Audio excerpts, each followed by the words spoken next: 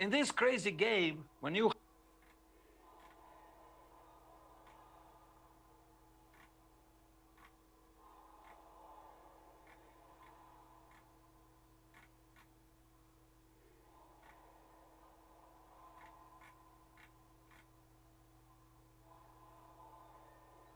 All right, that's enough. That's where we are in this country. A federal law enforcement apparatus controlled by pedophiles answering to foreigners and arresting wounded American military veterans who show up in D.C. to say no to war for Israel. If that's not a sign of an occupied nation to you, then I don't know what is. The American people have a choice to make here. Are they going to stand up, or are they going to be loaded onto the next paddy wagon to the gulag?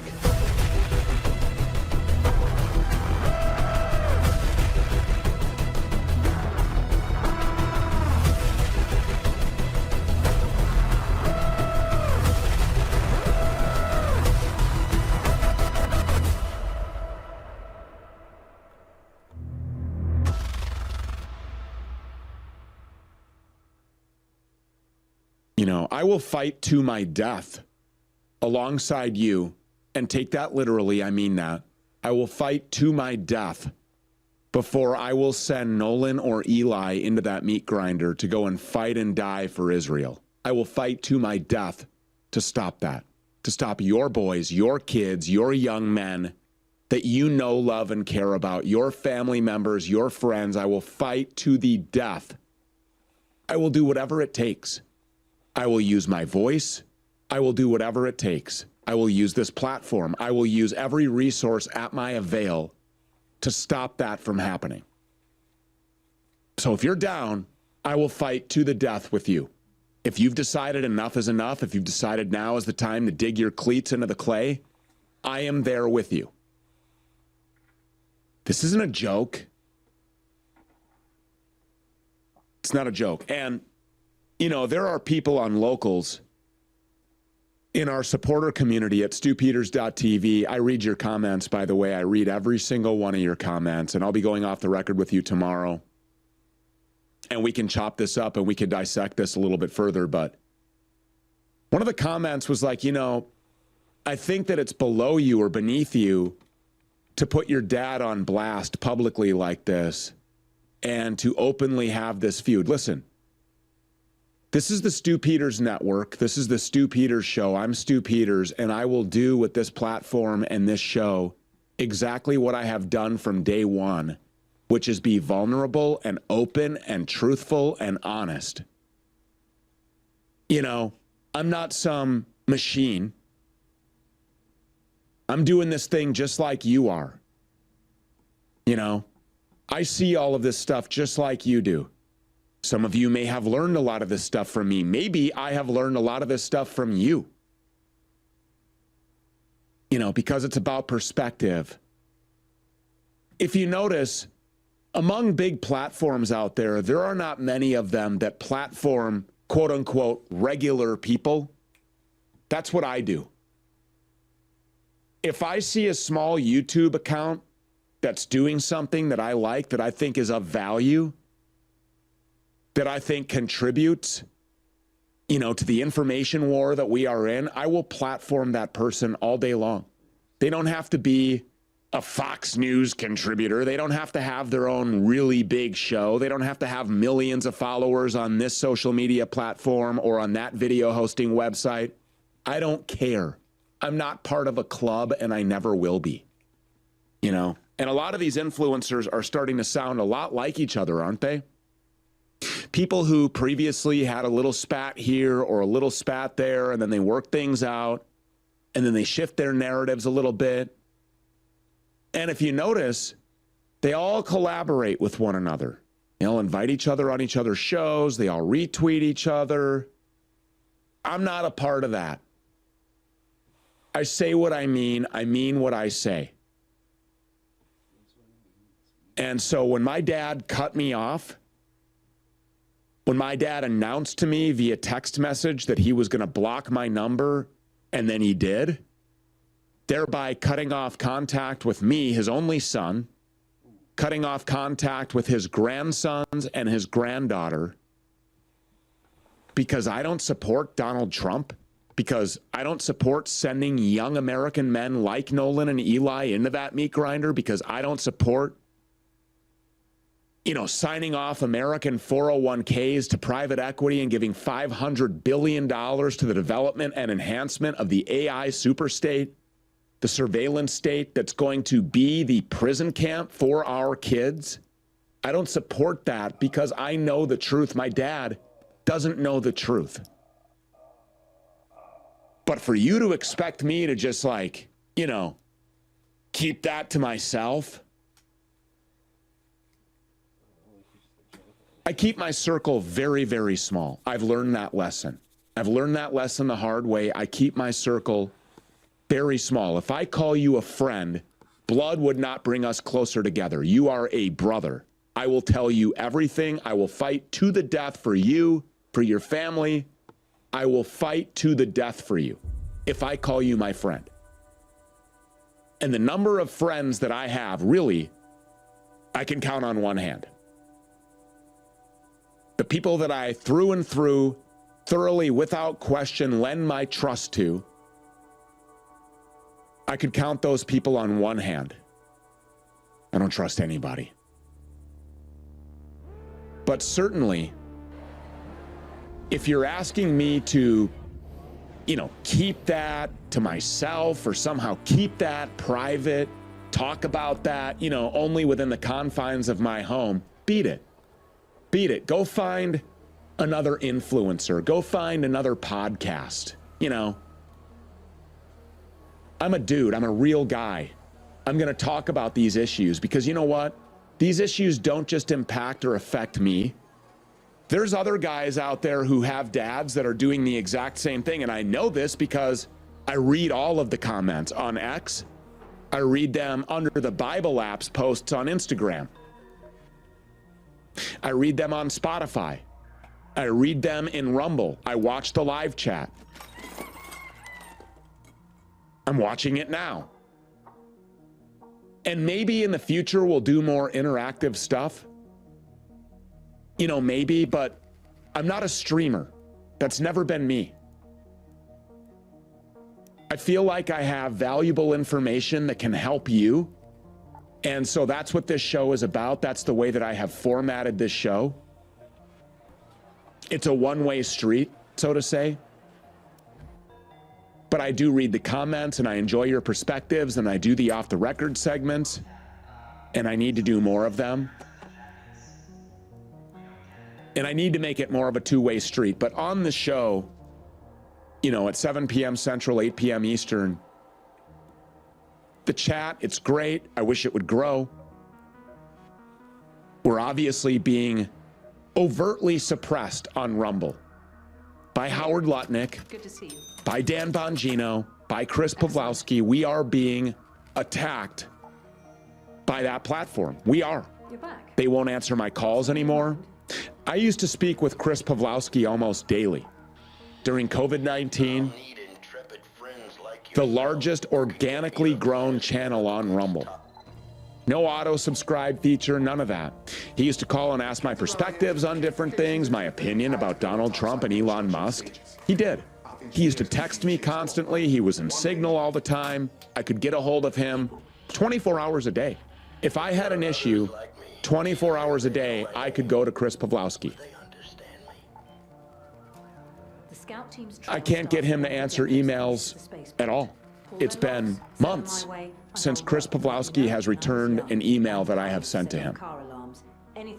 Because he doesn't have an answer for me. Because he knows that I know the truth. And the truth is he has weaponized methods and mechanisms of suppression against my Rumble channel. And there's nothing that I can do about that other than to ask you, please constantly share the broadcast. If you're in the chat, which usually, previously there was 26, 28,000. And over time, it has trickled down to now averaging around 1,000, 1,500 live.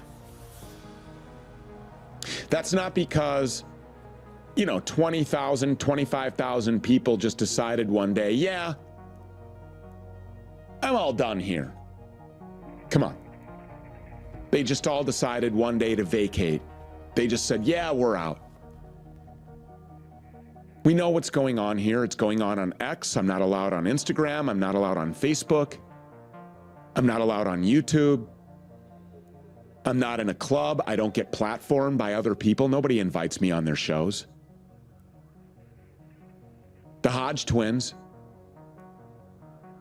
there's some real ones. The Hodge twins are some real ones. Outside of that, the occasional invite here or there, but as for big platforms are concerned, I'm not in the club. You're not going to see Candace Owens inviting me on her show.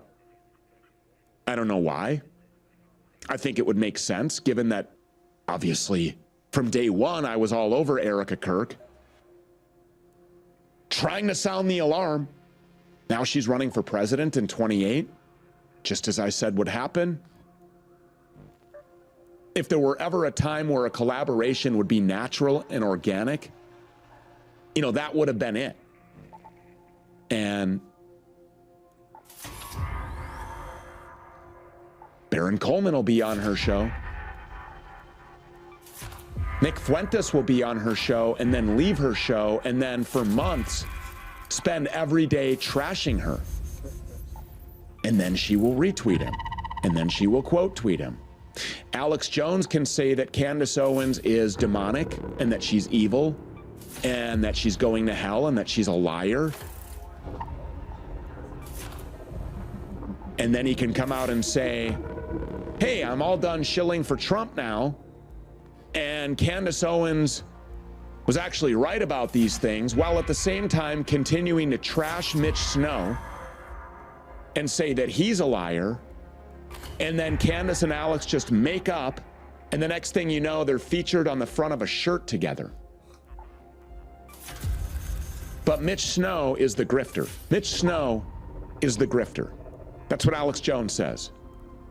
Mitch Snow never accepted $1 of the crowdfunding that Candace Owens started in his name.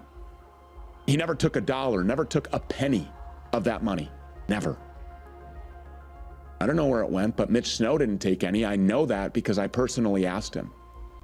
Did you take a penny of the money from the crowdfunding operation that Candace Owens set up for you because of the sacrifice that you made to risk your life with no upside to you at all whatsoever while you're already going through your battles trying to resolve custody issues with your son, which brought you to Fort Huachuca? There was no upside for Mitch Snow to come out.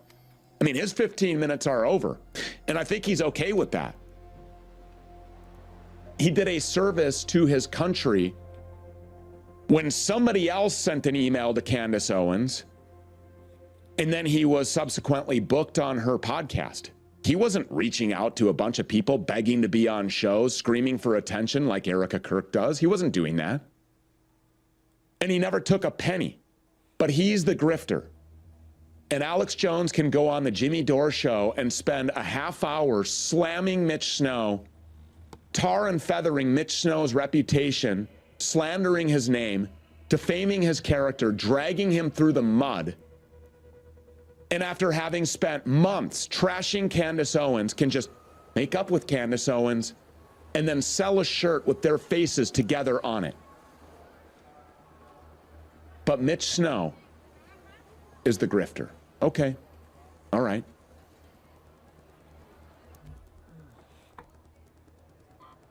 So yeah, I'm not a part of that club.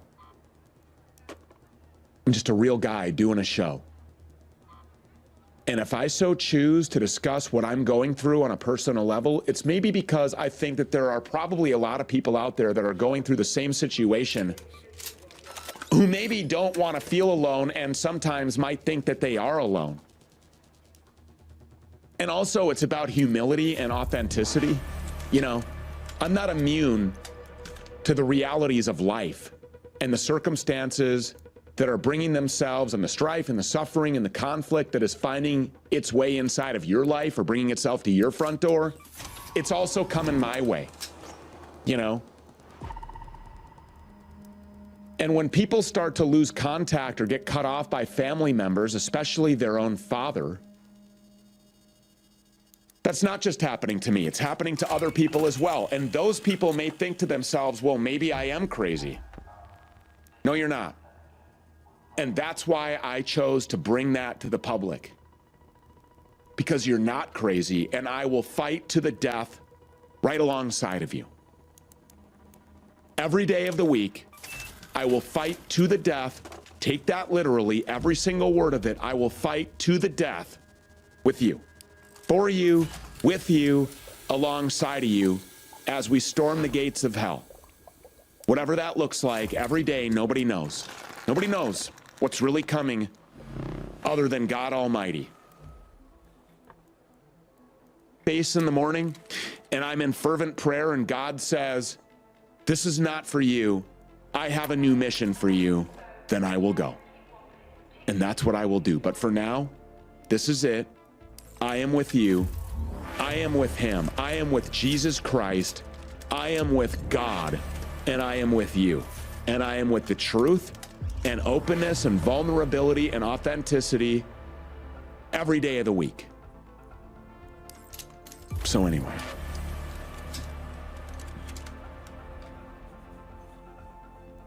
I'll just leave that there.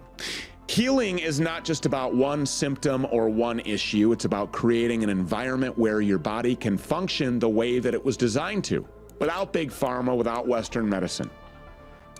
That's the bigger mission inside of the Tesla Club. And I know, I see in the chat, it's expensive. It's more than $5,000. It's $10,000. I see the chat. I understand. That's a grip of shekels. I get it. I get it. It's a lot of money. What I did personally, because I was hesitant as well, because of the price and because of my skepticism, until I was no longer a skeptic, until I saw time after time after time after time miraculous healing and the reversal of life-threatening or even life-ending ailments or diagnoses. I've seen this firsthand, which is why I will put my reputation on the line to talk to you about the placebo generator every day. I've seen it. And I was hesitant, even after seeing what it did for me personally, what it did for my friend Jay when we were in Acapulco at Jeff Berwick's villa 2 years ago. And it healed my shoulder and it healed his knee. And I saw that. And I still see Jay often. We live near each other. We hang out together. Our kids play hockey together.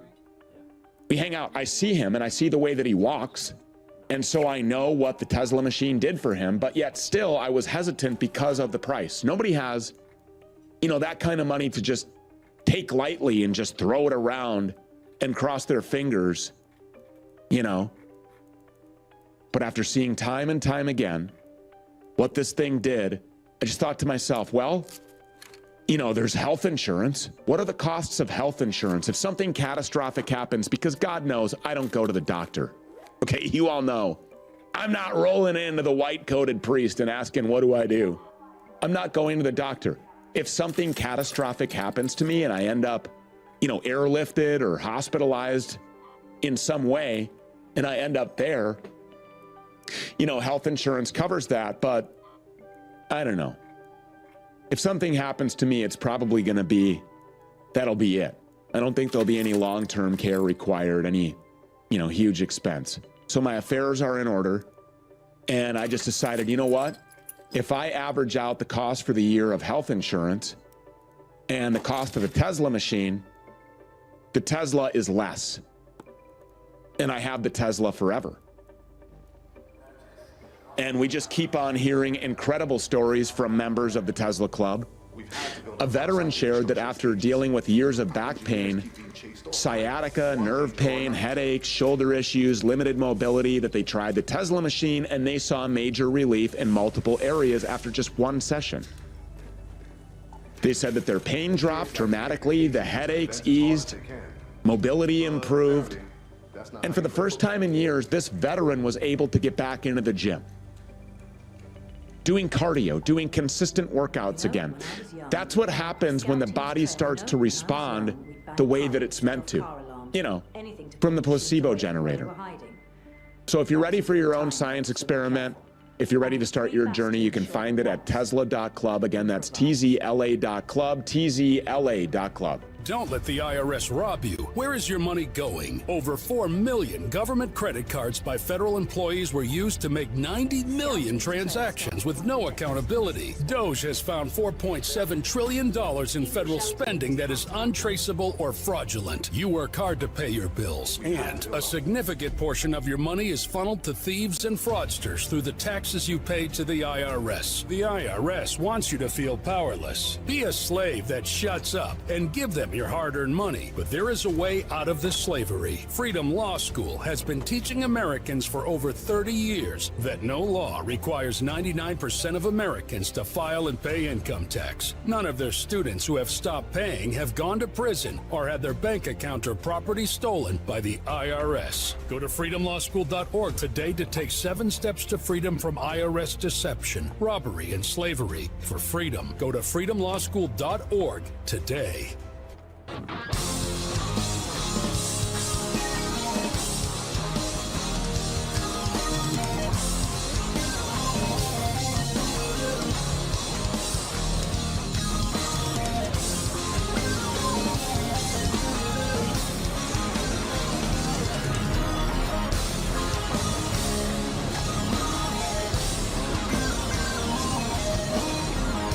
So, you know, we talked in today's Open about Donald Trump and his insiders cashing in on billions and billions of dollars, the Lutnicks.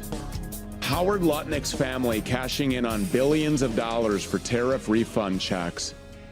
As the Secretary of Commerce in tariffs and the organizational structure of these tariffs that were designed by and implemented by Howard Lutnick, so he knew, of course, that these refund checks would be due, and they were already sold off, and his family claimed the rights to these tariff refund checks at 20 to 30 cents on the dollar, in some cases even lower than that, positioning themselves for billions of dollars. And then there are the tremendously skilled predictions coming from within inside of Trump's orbit. The people right around Donald Trump just happen to be so good at predicting, at learning Donald Trump's behavioral patterns, that they are able to predict within just moments of Donald Trump making some kind of an announcement about striking Iran, striking oil facilities, energy production facilities, water desalination plants, critical infrastructure necessary for survival like bridges. You know, and they become so good at all of this that they're just able to make all of the right moves. Come on, we know what's going on here. Obviously, as we have stated, this is criminal. It's a criminal administration, and the puppet masters that are pulling all of the strings of this criminal administration, which is just a proxy for the Talmudic expansionists, you know, they are too also as well just engaging in the highest levels of criminality that you could ever possibly try to fathom, attempt to understand. See, we understand that there is a way out of that because there's a way to operate outside of that system while cashing in on the system, because we can watch things like the Wyckoff indicator, which we are going to get into in great detail on Saturday. Stu Peters Financial, Carlos Cortez is here every other Saturday, and we get into great detail on some of this stuff. And we want you to make all kinds of money while everybody else is asleep in a falling or collapsing market. And while others who are still plugged into the matrix are panicking and they have no idea what to do, and they just accept, well, this is just the reality of war. Trump says that we just have to go through these times and trials and tribulations and hardships and sacrifice and suffering, you know, but the end result will be just great because Israel will get all the land that they want for greater Israel. Okay. Well, you have, and we can't get into great detail here, but just set us up for Saturday, the Wyckoff indicator. Are conditions right for people who unplug themselves from the matrix and get their funds and their retirement outside of the weaponized structure, the usurious economic structure that's been set up here? If they do that, if they make the choice, yeah, I want out right now. I want to secure this. Keep the government and their paymasters' hands off of my retirement. You're saying that there are indicators, and you can't say guarantee because of your licensing status. I understand that. And you're not giving investment advice. This is for education purposes only because it's a podcast. But you're saying that things look right. The pump is prime. Dude, thanks for having me. Yeah, I'm really calm and collected right now because of me. Like, I understand the charts. I understand what's going on. But if I was just a hardworking American, my heart goes out to these people that are just going, like us dads, going to hockey practice, living our whole lives, just so we can get our kids to enjoy the hockey. You don't have time to check the checking accounts. You don't have time to check, the risk, for insurance and medical costs. Sometimes you just don't have time to check financially. And so as we go on, you see the grow noise or the grow investors pump Iran and get into politics, Eric Turkey going for 2028. It's all this nonsense, like this noise everywhere. Meanwhile, a white collar strategy setup is actually happening right now. And this is not investment advice, something I've heard shorting the S&P 500 right now. And I really feel that it's just overbought. So at a private credit crisis that grow investors are saying this is not a big deal. It's a huge deal because all we need is one little part or hiccup and the whole damn thing stop the action and fall out. And it basically is setting on the house of cards. We all know that with 25% liabilities, this is going to get exposed. And I just want people to understand you don't have to suffer from an 08. And what I love about what our strategy is that most of the time our clients actually have a strategy when the market goes down or sideways or up. And the market only goes two ways. It only goes up, down, and sideways. And most people running around, being busy, doing what they love to do, work, husband and spouse, they're too busy to do anything with their retirement. So you don't have to, if you're really busy and you want to professional to look at your accounts, reach out to us because our clients are going to be completely prepared for what is about to come. And this is not a hype deal. This is more of a, if we're prepared, there's no reason to be scared. So when we have fear, uncertainty, doubt, the way we kill it is prepare. And that's what we do here is we prepare for all types of ways. If the market goes up, great, we win. If the market goes sideways, great, we're principal protected. If the market crashes, not only do we protect our principal, but more importantly, depending on what strategy, we can make money when the market goes down. And also, it will come right back up. So there's a lot of cool strategies we're implementing. Some with free money solutions, some with yellow money. You just got this call. And you can make that phone call 813-448-3446. Again, 813-448-3446. You could also just get online right now. What you don't have to do, what's not required of you, is to wait until Saturday for Stu Peters Financial, because if you're thinking to yourself, okay, well, it's about that time. Things look imminent. For those of you who have been with us for a while now, you realize that we've been ahead. We haven't always been popular, but we've always been ahead. It hasn't always been comfortable to listen to the things that we are predicting. When we look at the writing on the wall, when we look at the stated objectives, when these people tell us what it is that they are going to do and how they expect you to live. Remember, you'll own nothing and be happy. Do you think that Klaus Schwab did not mean that when he said that? When Yuval Noah Harari said that humans are now hackable animals and we will understand them better than they understand themselves? Do you not believe that to be true? Do you think that the whole weapon of biowarfare, nanotech injection with the rollout of 5G and data centers going up all over the place is just like, all of that is isolated, that these are somehow not inextricably linked? Well, they are. So if you're thinking now is the time, you're right, it is. The time actually was yesterday and the day before and weeks ago and months ago. The time actually was about 6 years ago when I told you that you should pick up the phone and call Carlos Cortez for the first time. But that's okay. Better late than never. Call him now, 813-448-3446, or you can just go to the website, greenmoneysolutions.com. That's what it looks like, greenmoneysolutions.com.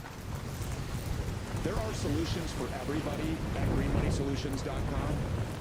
The 4 that are displayed here are just the 4 that are displayed here, but there are a endless stream of personalized options depending on your age, depending on your situation, depending on your ambitions and goals.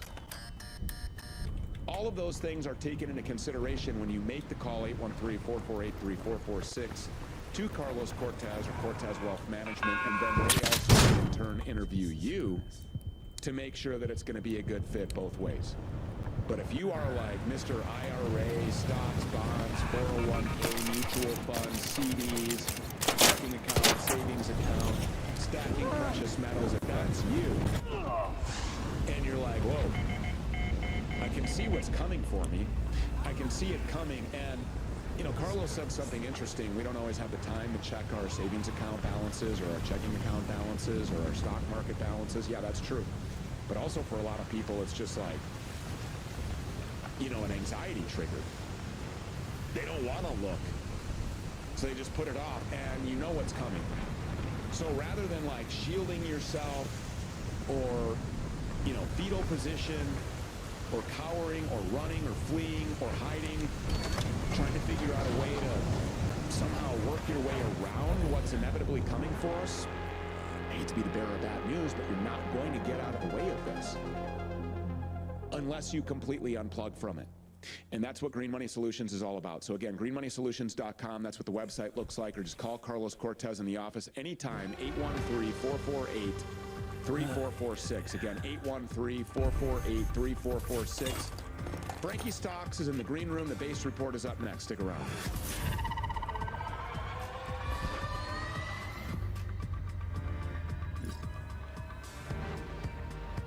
Stress, anxiety, feeling out of alignment? You don't have to live this way. At Ezra Healing, we guide you back into balance with our new health paradigm. Personalized options and soul-centered practices. It's not about quick fixes. It's about true transformation.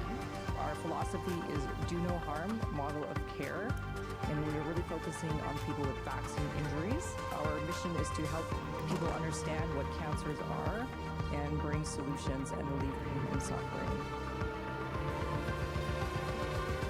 No waiting rooms. No gaslighting. The ivermectin is a moment in time in your life to get rid of parasites, and if you're struggling with cancer, we get rid of cancer. If we have a vaccine injury, we're going to alleviate that. But the goal is to, you know, eliminate, anything, foreign in your body. So we use these supplements, these medications for a point in time in our life, eliminating anything that lowers your vibe. For the month of April, I have arrived at the number 3. The number 3 is what I have decided on. $3 off your first month at StuPeters.tv. When you make the decision, hey, I am going to become a financial supporter of the Stu Peters Network. I believe in the mission. I believe in the cause. I want to do my part. $3 off your first month at StuPeters.tv. When you decide, hey, I'm going to cash in on all of those perks, $3 off your first month at StuPeters.tv. It's a smaller number, but with a powerful meaning. Because as you all know, on the third day, Jesus Christ rose from the dead, bringing hope and renewal and new life as he defeated death itself. And that's what we're building at StuPeters.tv, a place for truth, a place for freedom, and a community that stands together. So join us, if you will, $3 off your first month at StuPeters.tv. Again, StuPeters.tv. Welcome to the Base Report. Frankie Stocks here on the Stu Peters Network. Frankie Stocks coming to you live from here in Washington, D.C. Frankie Stocks here reporting for the Stu Peters Network in Washington, D.C., where we are undercover doing a little bit of reconnaissance. This is what the Hebrew Immigrant Aid Society wants to take away from you. Welcome to the Base Report with Frankie Stocks here. Frankie Stocks has been paying close attention to all of this for us. He joins us now to share more. Your top 3 stories in 3 minutes from your Base reporter, Frankie Stocks. This is the Base Report. Oh, I'm looking so forward to a good lift this evening. I love lifting at night. You know, after the kids go to bed, I go to my gym, And I just lift and I think and I read and I listen and I research and I prepare and I pray. The gym for me it's just so therapeutic. And speaking of the Tesla machine earlier, had it not been for Tesla, I wouldn't be able to do that. So again, I'm just thankful for that. If you choose to support our network, which we pray that you do, and we are eternally grateful for those of you who have already chosen to be supporters of our network at stewpeters.tv. It's $9 a month. This month, for the rest of April, offering $3 off your first month. If you just want to dip your toes into the kiddie end of the pool, if you just want to wade in, test the waters.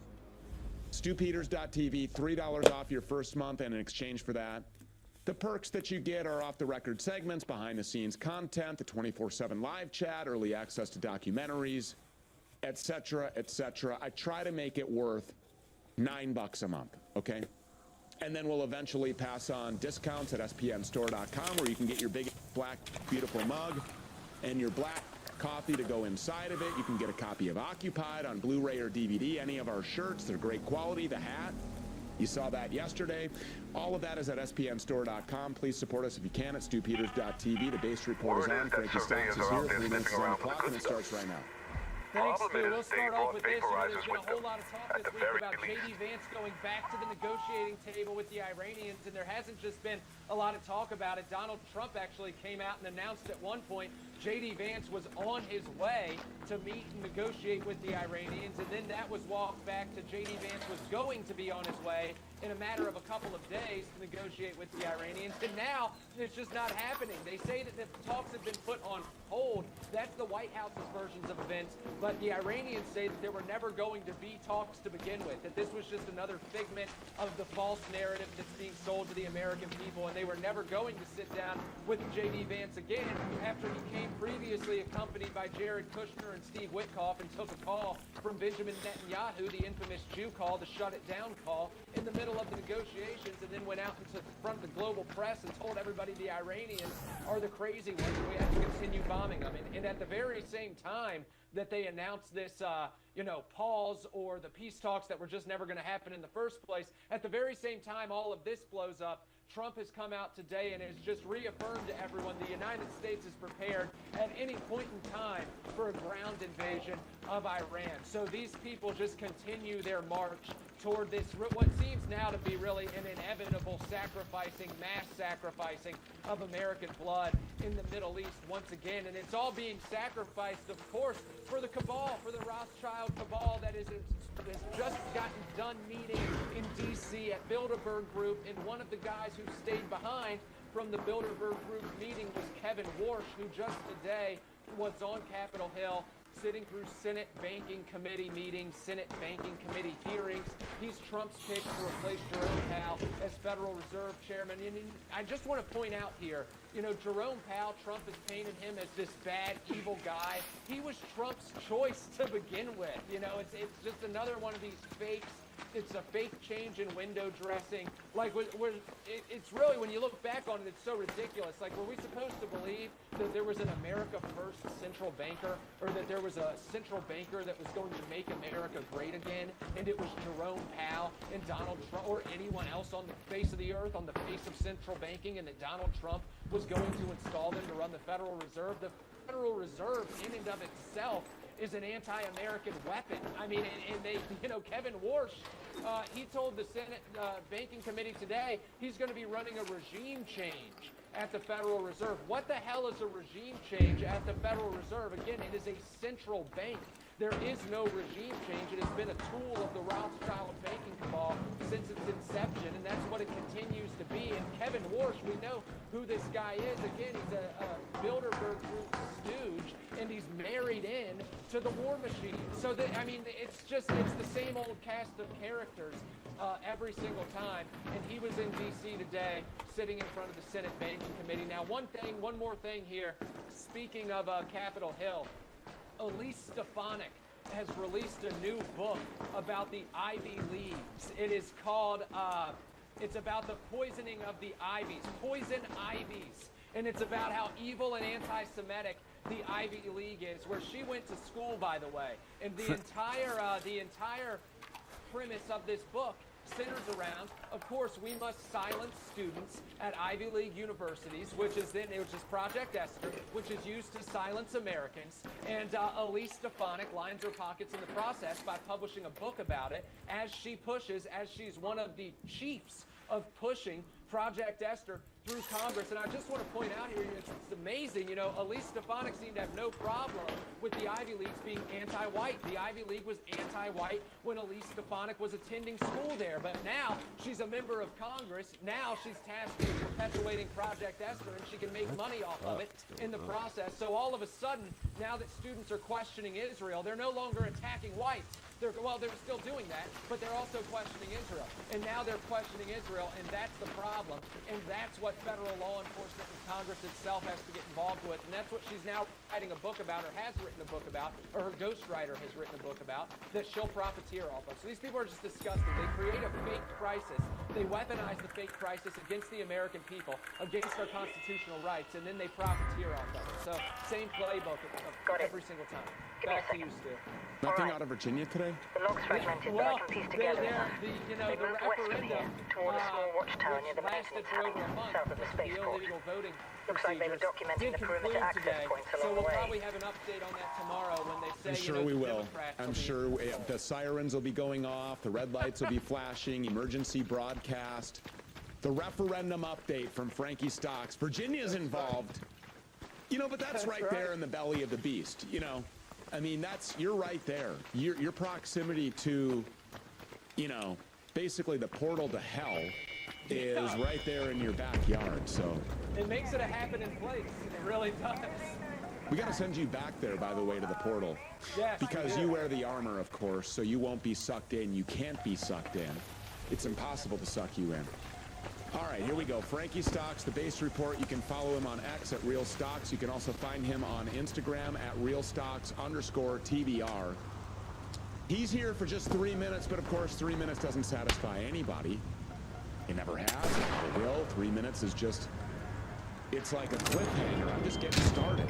3 minutes. I mean, come on. But you can catch a full hour of that.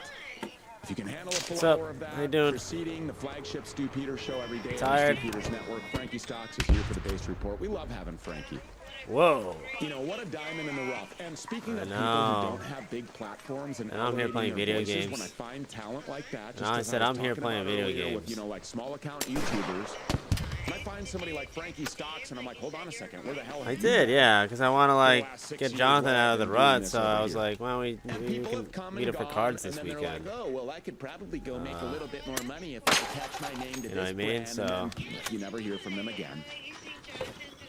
Or I think so. well, I haven't heard from I him in a just don't have bit, the so time I'm for just this anymore. assuming. Okay. Well, then I don't want you involved with this because, like, Yeah. this is a war for real. Literally, in every sense of the word, we are at war. That's true. And we are a major weapon, an effective weapon to be used in that war, and the power of that weapon should be respected and taken very seriously. So, bye. But Frankie, no. Truly a godsend for the network, and I mean that. Personally as a friend, professionally as he contributes to the network with writing and research. Oh, by the way, your voice is being transmitted through our creators, so everybody. News tab, he writes there. He needs to do more of that, though, I think. But he's a busy guy. There's a lot going on. Plus, he does his own show on the network, and you should catch that as well. I say all of that to say, God bless Frankie Stocks, and thank you, Jesus, for bringing Frankie Stocks to I don't this get network. it, but I'm sure there was All right, I a gotta get outta here. hidden I'm going to anti-Semitic the gym. comment in That's what there I'm gonna somewhere. do. I'm going to go lift, which is at my home. I lift in the comfort of my own home. I'm going to go home, and I'm going to spend the rest of the evening with my kids. And when they go to bed, I am going to get into that gym, and I'm going to pick up a bunch of heavy things, and I'm going to put them down, and I'm going to do it all over again. And I will Okay. be back here Oh. tomorrow, bigger and better and All stronger. right, so you're in going every now. single way, spiritually, physically, mentally, just getting bigger, better, stronger. In the name of Jesus Christ, every day. I will see you tomorrow, same time, same place. Until then, God bless you.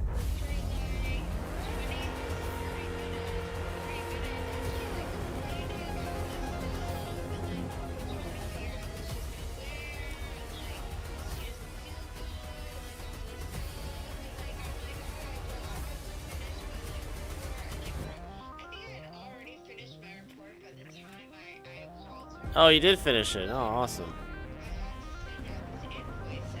Right.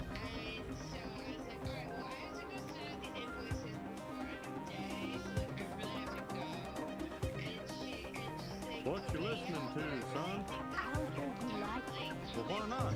I like this new generation of music.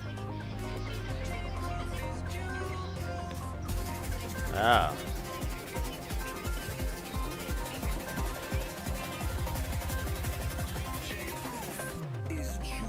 Wow.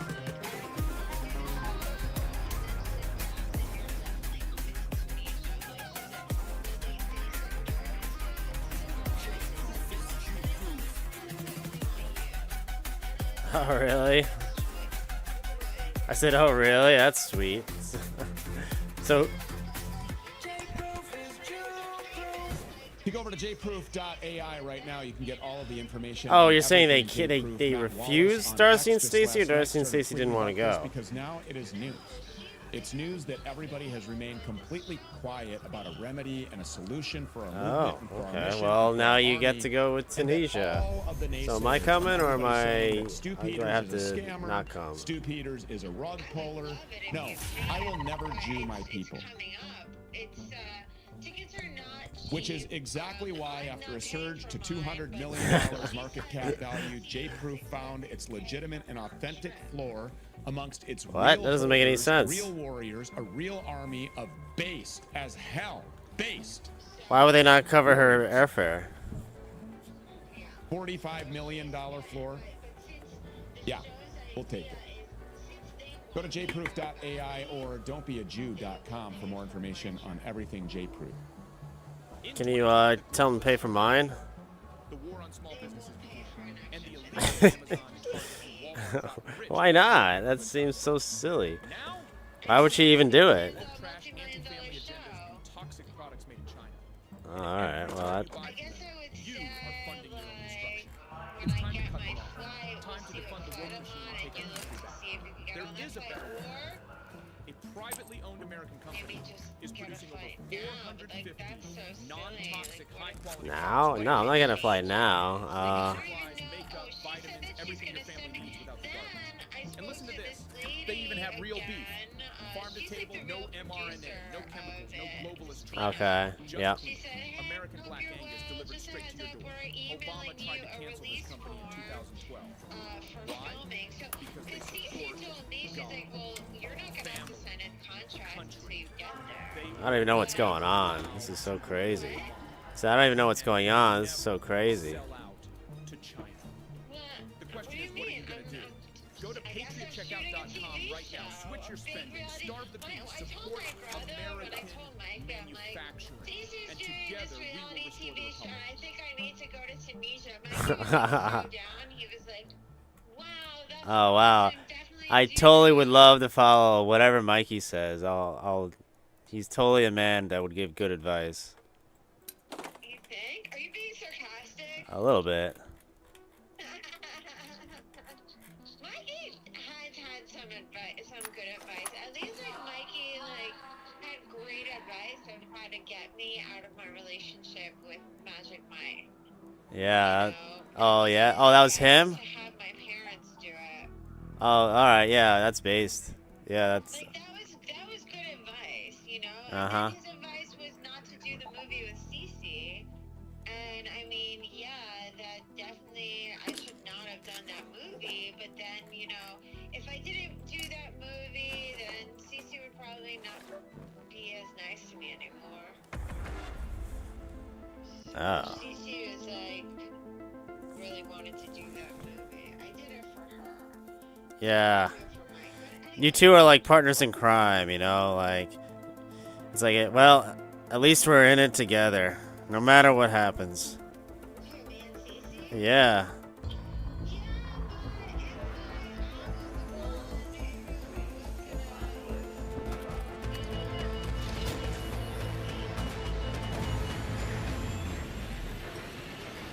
Okay.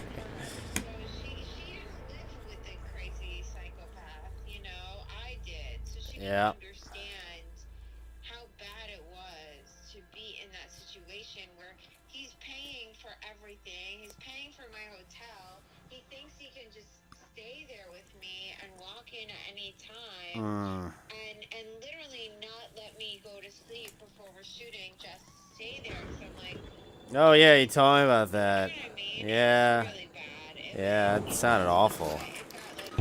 I wouldn't wish that on anybody. That sounds like a terrible time. It just showed me why I got out of business. Uh-huh. Sure, shooting this is going to show me again why I got out of the business. That's partly why I needed all the Xanax, because I'm like, Oh my god. Asia, I don't need you taking Xanax. crazy, like with her Protestant evangelization, like stuff. Like she's an evangelist,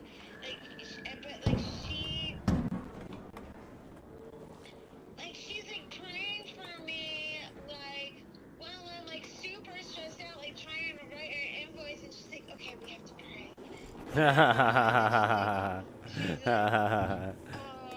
I bless Ashley that she gets through all of this stuff, and I'm like, Cece, I'm like writing an invoice right now. Like I literally have 3 minutes until my bus comes. Like, you know. Yeah. Like, Yeah, she's definitely the opposite of me. I never pray. I never pray. I'm just like, yeah, you know, things will probably work themselves out somehow. you pray sometimes with me. But yeah, it's good. Well, I would never pray like in the middle of something important going down. In the game. No, I'm talking about I would never pray while, you know, you're trying to do other things. Oh, while we're in a crisis. Yeah. Right? Yeah, exactly. Yeah. Oh, yeah, no, that's what we're supposed to do. We're supposed to start praying when in times of crises. Yeah. And I do it. I especially do it when I'm freaking out. The other day, when I was so stressed because I was like, this weekend I don't know how I'm gonna do everything. Uh-huh. I was praying a lot. Wow. Like praying a lot. Yeah, I know. Like even in my office, because I had to breathe, you know? Mm-hmm. Yeah, like, and like for me, like when I start like needing to breathe deeply, I breathe deeply, and I'm like, God, please help me, God, like I love you, God, you know? And the best way is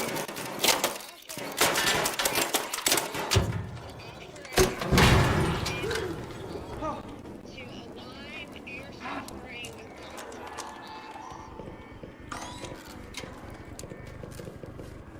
response. They can hear you in the game, but keep going. You're cooking. This is good stuff.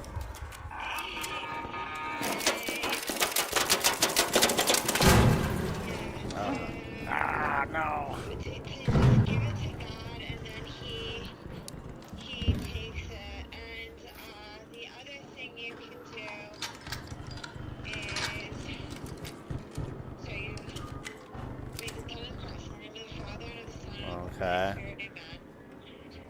And then you breathe in, 2, 3, 4, hold 2, 3, 4. Oh, whoa, there's like a whole thing. 5, 6, 7, in, 2, 3, 4. This is like chorus all over again. This is like my chorus classes. That's what he would teach you to do. Oh no. But we would have to breathe in, breathe out, breathe in, breathe out. I'm saying you breathe in 2, 3, 4, hold. Okay. Hold your breath.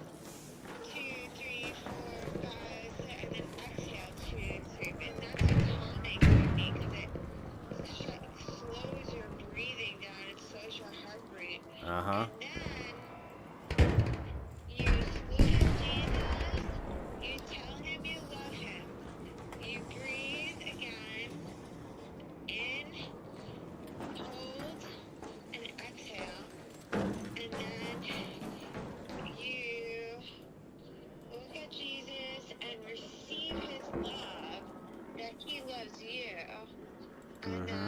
you breathe more, and then you make the sign of the cross, and then you go on with your day. And it's like a quick, it's like a 5-second thing.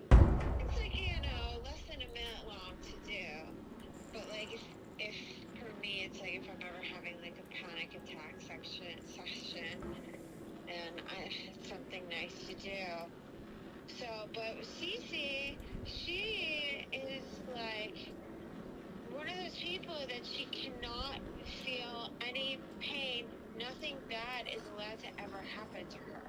So, like, if you say, like, oh, this sucks, you know, she's like, I rebuke that in the name of Jesus. She's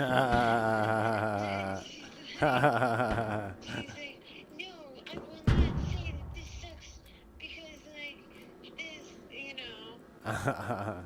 Even if it does suck. You know, because it's like the whole, like, you put out, it's like the whole thing of, like, being positive, I guess, but, like, in a crazy way. Perfect summary.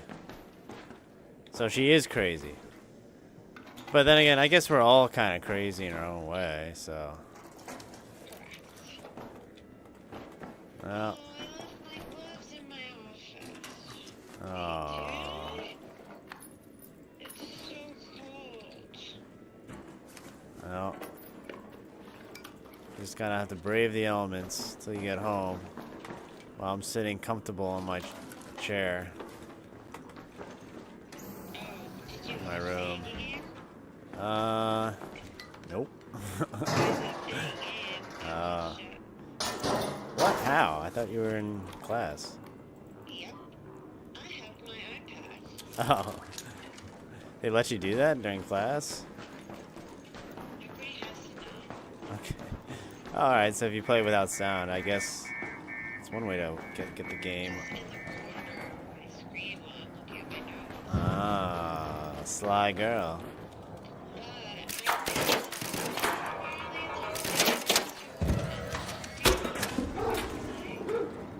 Nope. Red Sox again? Again, that was the first time this year. Oh, alright. Maybe I'm thinking of the Rays.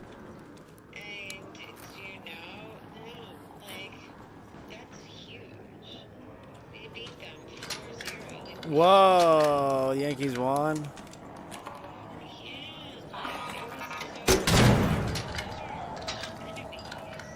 Uh-huh.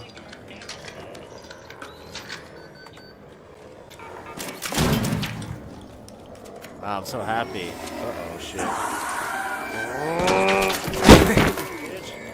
Sorry. Not you. Jesus, this game is something. Yay! So the Yankees won. I'm glad they won.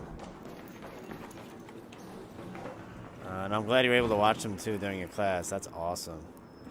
I was too busy like just running around like a chick without its head at work all day, and then no, it wasn't at work. It was just now. It was at 6:45. oh, okay. So you're saying I have no excuse? Well, I mean, I did get home late. I was at the gym. Got home at 7. 25 or something. Yeah, it's the same time tomorrow too. Uh-huh. Yeah, the Yankees play every game. All right, so I'll tomorrow is it's like a presentation day. So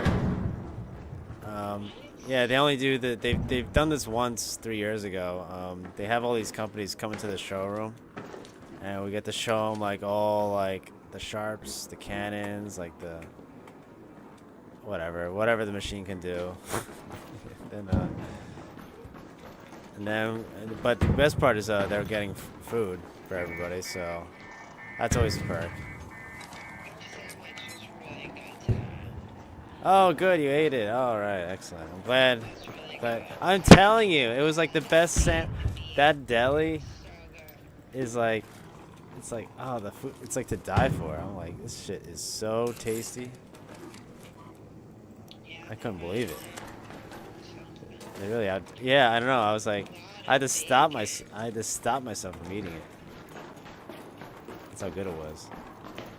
You can eat the whole thing if you can.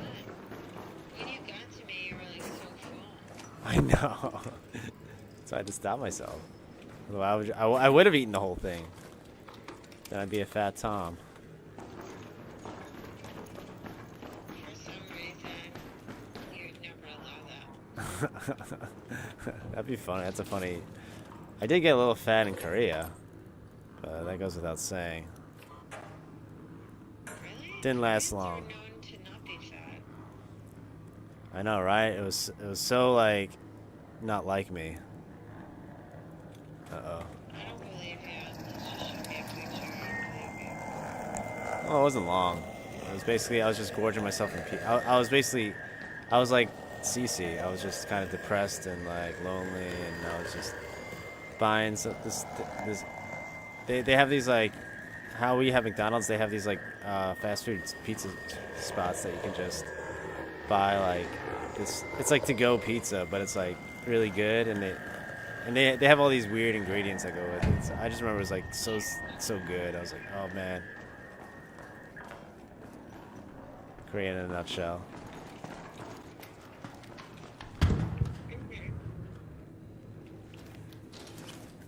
But then I lost it all. I decided not to eat for a couple days. And see, amazing how much weight you lose when you just force yourself not to eat. Yeah. True story. So I guess that's what I was saying. So Stacey she signed her contract weeks ago, like maybe like a month ago. She was talking to them for a few weeks before that, like they were planning for about 6 weeks before that. And they told her like anytime you want to back out, like just let me know if it's like too much for you. Okay. And she signed a contract and she's like, I want to back out, I don't want to do it. Oh no. But she signed a contract, so Oop. there might be. Wait, why does she want to back out now? I missed that. Is like Because this guy is not. he's just a meanie face. He's making her feel stupid. Okay. He's not being nice anymore. He was really sweet. He's acting like, when he talks to her, he's like, hey, sweetie, I'm so excited to see you. But like, he talks to her like once every 2 weeks, like, he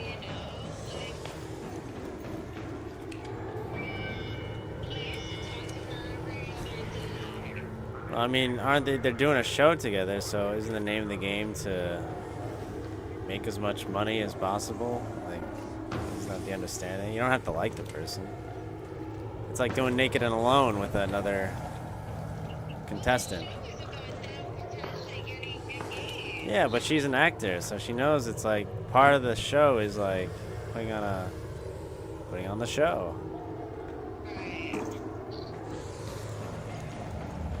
What's up? Yeah, so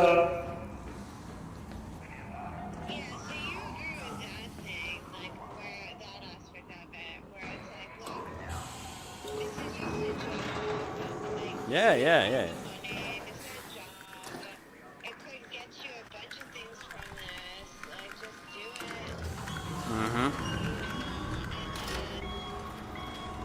it. Get some money. You get to see Tunisia. You get a free air flight.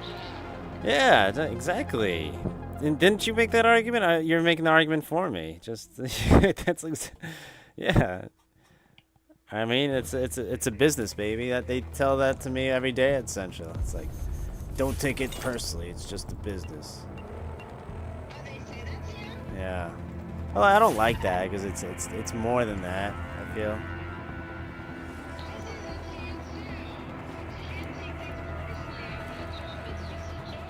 Yeah, I know, but like I feel like that's the cop out. It's just like, well, what if But if it's not, you know, I mean, I come to this place 40 hours a week.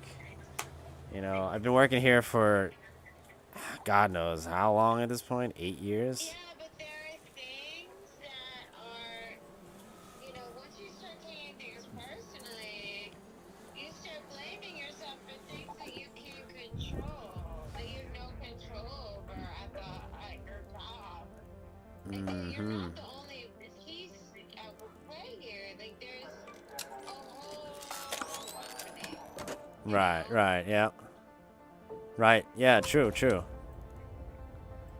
And that's true. I remind my, that, you know, that every day is just like, yeah, you know, it doesn't have to all be on you. You know, there are other people here at this job, and they also have responsibilities too. And if you need help, you can ask them for help. So I totally understand that.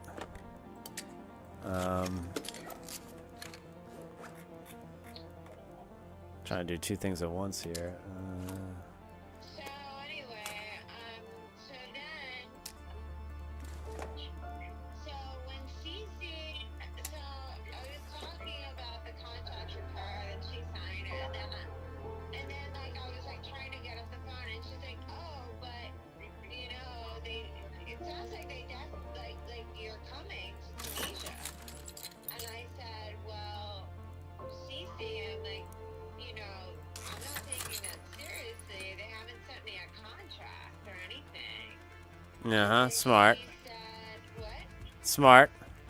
Yeah, and then she said, well, when I shot the show with the girls, the twins, Darcy and Stacey, because she was featured in one of the episodes, or two of the episodes, she came to New York and shot, and, you know, they didn't give her a contract for that until she got there. So she told me that, but then What? That doesn't jive well with me. yeah, but they treated her very well. They gave her a per diem, they paid her, and they put her up at one of the nicest, at a very nice hotel. They put her up at the Dream New York City, which is a very nice hotel. It's not like the best, but it's definitely up there. Okay, alright. So So they they paid for her flight. everything. Yeah, they paid for her flight. They took care of everything. Yeah, they gave her per diem, which means they paid her money just to like survive every day. Okay. So Yeah. it was good. Right. And so that's why she thinks it's gonna be the same for me. Oh, they're not gonna give you a contract? No, babe. I don't think you should go unless they get something in writing. Well, then, after I hung up with her, like when I was on the way to school, I got this text Oh. from Despina. She Who's said, that? "Hi, hope you're well. Just a heads up, we're going to email you a release form for filming. I What does that mean? also have updates on the dates and plans by the end of the day tomorrow or early Thursday." So I liked that. Wow. So that's wow. So it looks like this might actually be going a go then. That's what it sounds like to me. So I don't know what the point of telling me that they're not going to send you a contract. It sounds like they will send you a contract.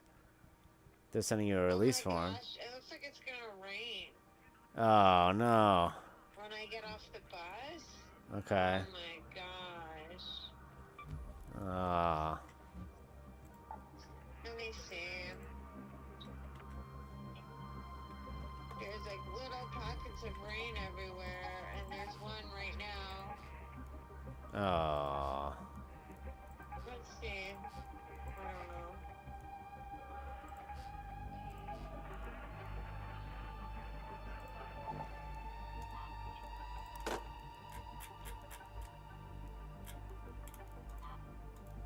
Like right over Brooklyn.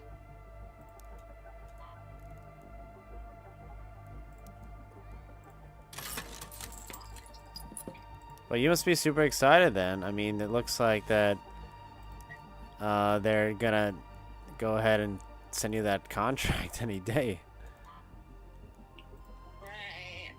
I mean,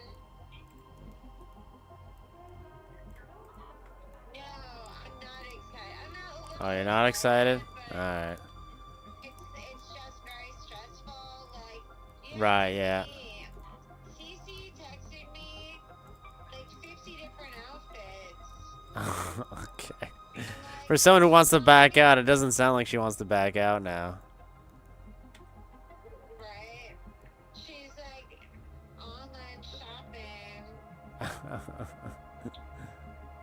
like she's sending me all of these things.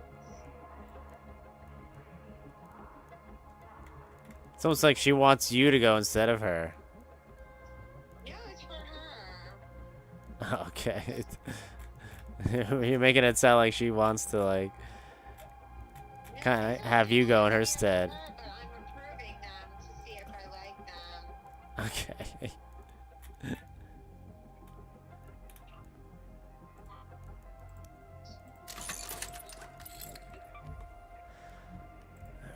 Alright. What do we do?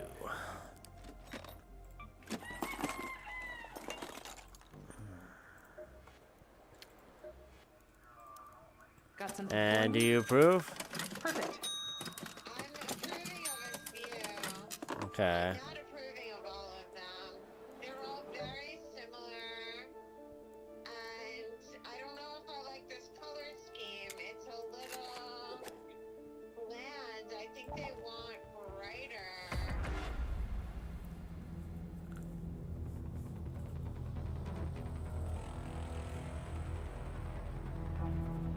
Sorry, are you going shopping now for clothes? To Tunisia? I just got it dressed for this fall, you know? Okay. Right, right. One thing at a time. And I need to know how many episodes they need, how many outfits they need. Uh-huh. Uh-huh. They're shooting CC over 3 weeks. Like, they're only gonna have me for like 10 days. So I could tell them like I want to be back by the 1st. June 1st? Oh, this is happening so suddenly. Jeez. Oh, really? That's like... What about George's wedding? What? When is George's wedding?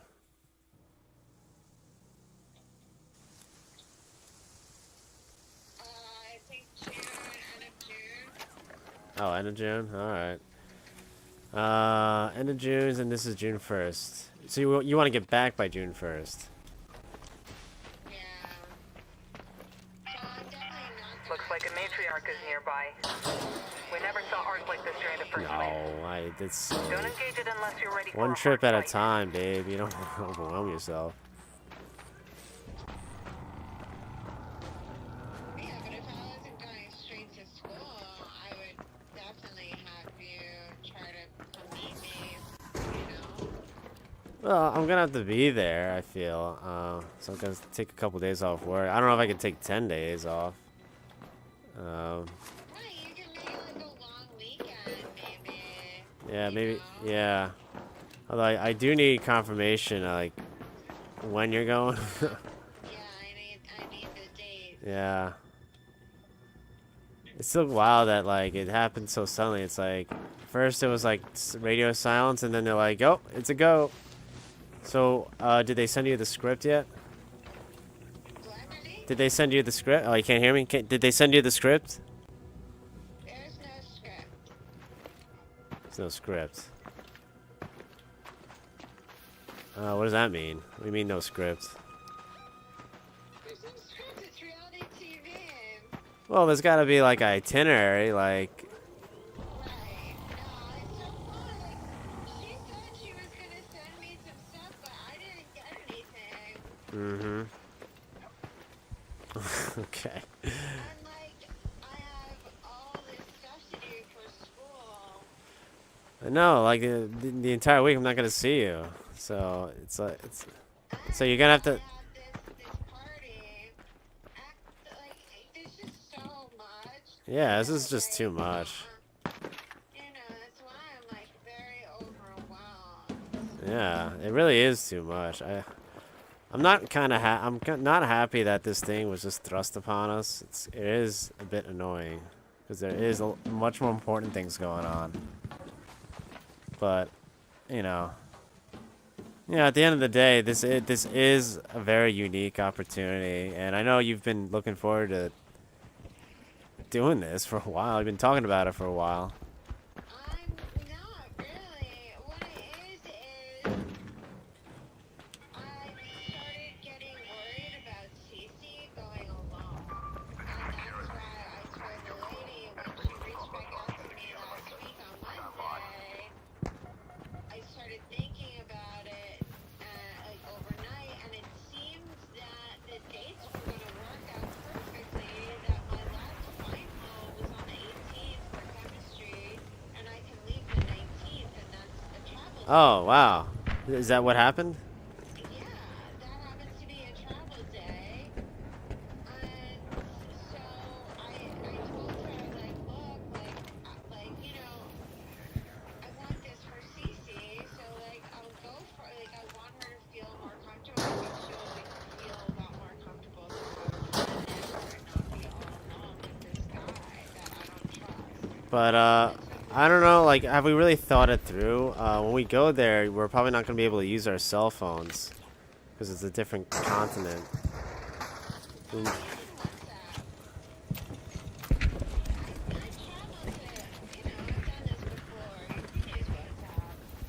Right, but the phones, you won't be able to use your phone. The price, if you change your plan in advance, I know for AT&T, it's like $10 a day for roaming. And you just pay the $10 a day, and then, because if you make one, like, text or call, basically, it's basically, they're gonna just charge you the $10 that day. So it's $10 a day. Oh man, it's worth it.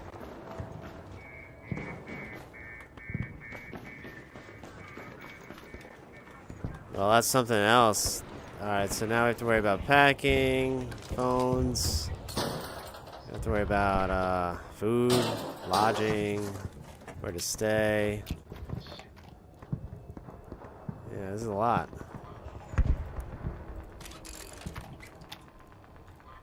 I didn't know that you were still was gonna come. I thought you weren't going. Oh, I don't want you going alone. I do feel like, I mean, I do have to, For me, I would feel much better if you came. well, I know, but I don't like this because now it's like a commitment to me. I do. Have to. Well, I feel like I have to, you know. But this is kind of last minute, and it's not your fault. It's clearly these people were radio silent until now. But it's still exciting that they have this whole thing planned out, and you get to kind of join in on the fray and be, you know, a little famous. You know, it's always exciting to be on TV. So, like, I mean, that's definitely cool. They're thinking of flying me first to LA and then I pick up Cece and then I fly with her to Tunisia from Los Angeles. Wait, what? Say that again? Wait, you get so the flight's from LA? So yeah. They are thinking of flying me first to LA and then to Tunisia. Oh, okay. Is that because they're paying for CC? Oh, okay. Interesting. We wanted her to pick me up. I mean, well, you do have to tell them where you're gonna be because they have to buy the ticket, right? So they have to know what airport to purchase it from. They know where I am. They know I'm in New York. I spoke to them Oh. Well, what? Despina lives in New York too. Well, she's in like upstate. She's from Long Island too. Okay. The producer lady that I talked to. Oh, whatever. What's her face? Despina. Despina.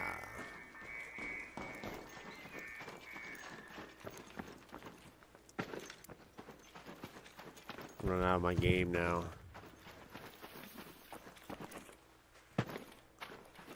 Wow. Well, that's awesome. It's kind of random, but yeah, kind of stressful. Kind of another thing that I have to worry about. But it should be fun. It'll be like that's something for the ages. Hey, the one thing I love about you is you have a sense of adventure. So this is like out of the comfort zone. Like, let's go to Tunisia. That. Oh, you can't hear me? Oh, you can't. Can you hear me now? Yeah. So that's what I love about you is your sense of spirit and adventure.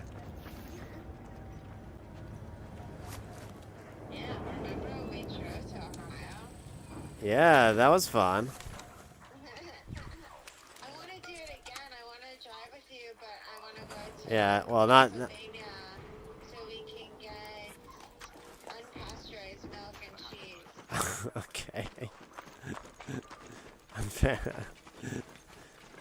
Okay. Wait, drive to where? Back to? You said Ohio? You can probably get it in Pennsylvania.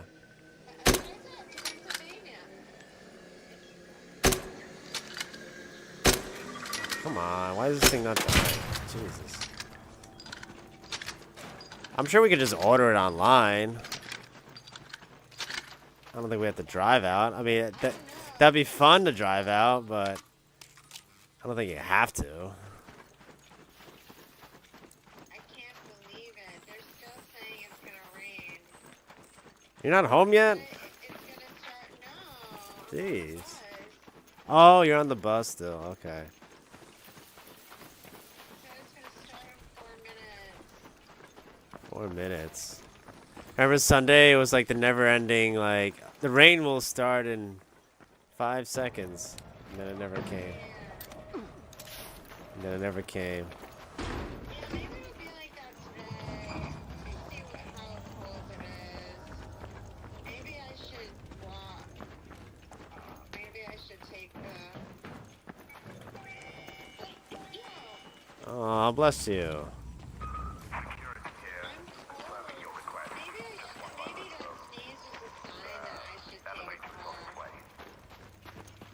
Oh, you want an Uber? No, you're like, aren't you like right away? 2 blocks? Yeah, but I have to walk to home. It's far. From the stop, from my stop. You want me to get you an Uber?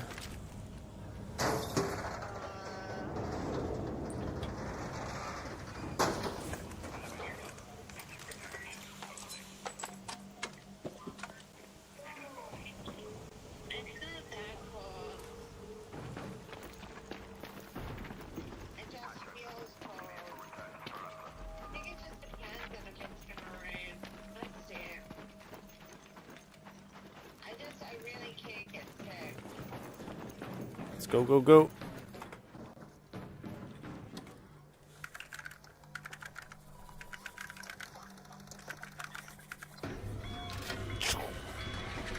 Alright.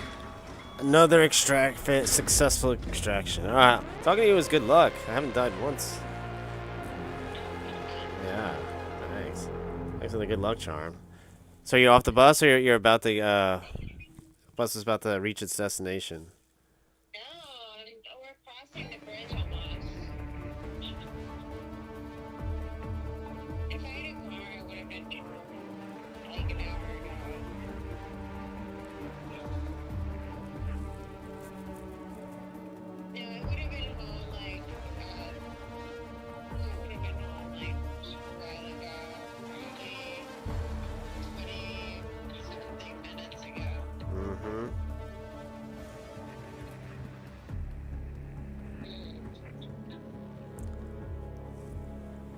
Maybe it'll become viral and you make a lot of money with this, and then you'll get to buy a car.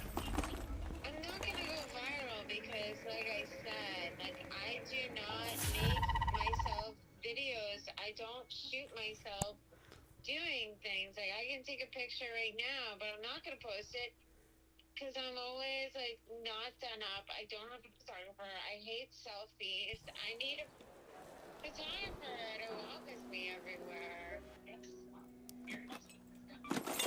I think you're selling yourself short. It doesn't really, like, going viral is a full-time job, but people who you like, you also, it's also luck. I remember Claire, Nora's cousin. She's like the perfect example of someone who's just like constantly posting herself online that just isn't doing anything or going anywhere.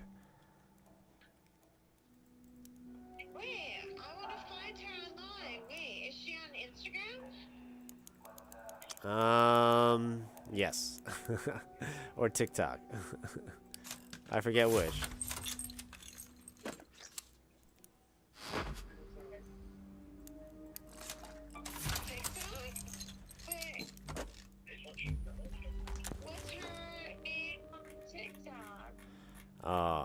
You have to ask. I don't know. I'll tell you what you can do is go on Nora's profile, just look through her friends. It might even be like Claire XXX. I guess you gotta find her because her name is probably not her first name. I didn't know you weren't like, she didn't like, because wasn't that her thing? This is what Jonathan and Nora were telling me. It's like she's always like promoting her channel. So I'm surprised she didn't like promote her channel with you girls when you were all together. That was before I was even like, on TikTok. So if she has a TikTok, I was probably like, well, I'm not on it. Oh, okay. So that's probably what happened. But if she's got an Instagram.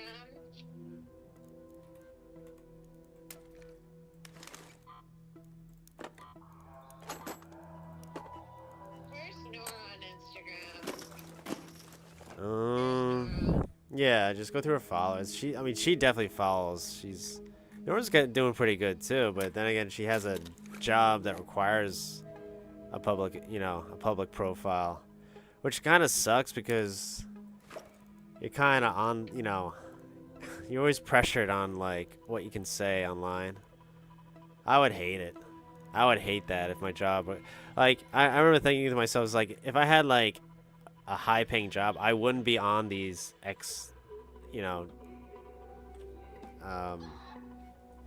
what are the spaces? I wouldn't be on them, or I'd go on as an anonymous. I'd be so paranoid.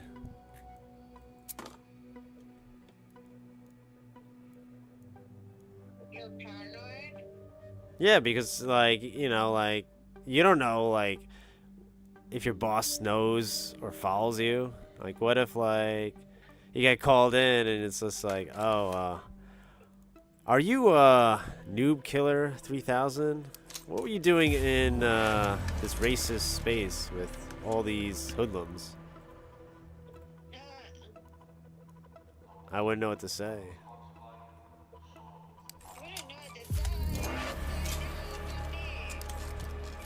But it has your profile in it, and it looks like you. Are you hiding something? Are you secretly a racist?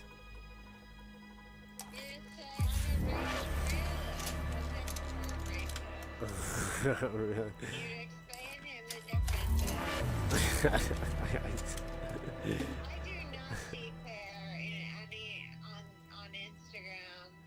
Wow, yeah, that's surprising. You might have to text Nora. You might have to ask her. You might have to ask Nora, like, what is Claire's Instagram? Is it Claire Coleman? I don't know. Does it look like her? No, it's a private and it's not loading. I don't have service. I can't do this right now. Okay. Yeah, I have to. No, but I'm really looking because that's like inspiration for me. Like, Yeah, exactly. Normal person and not get all dolled up every time you post, like, and still be an influencer. Uh-huh. And Exactly. too much, but doesn't reveal too little. Right, right, yeah. It's just, I don't have it in me. It's just not something I enjoy doing. Not with that attitude. Like, to me, if I would enjoy, like, posting cute pictures all day, you know, like, of things that I'm doing, and, like, making comments, except I need a cipher, I need hair and makeup, and I can't. But to be witty all day long while I'm trying to study chemistry, like, I can't.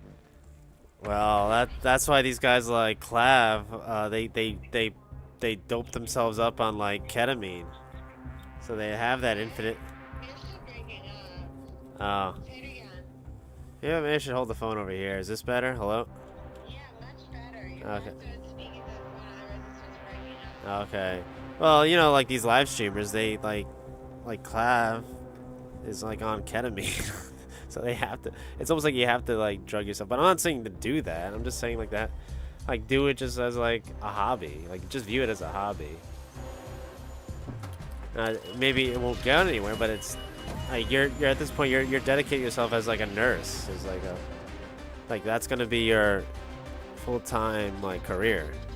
So anything you do is like, don't even think about it. Just be like, just throw it out there. Like, who cares? It's not a good presentation. It looks stupid. Whatever, you know. You're just doing it for fun. Yeah. I have to get my books for school, but I'm going to be shooting like 12-hour days in Tunisia. It's just a lot. It's a lot.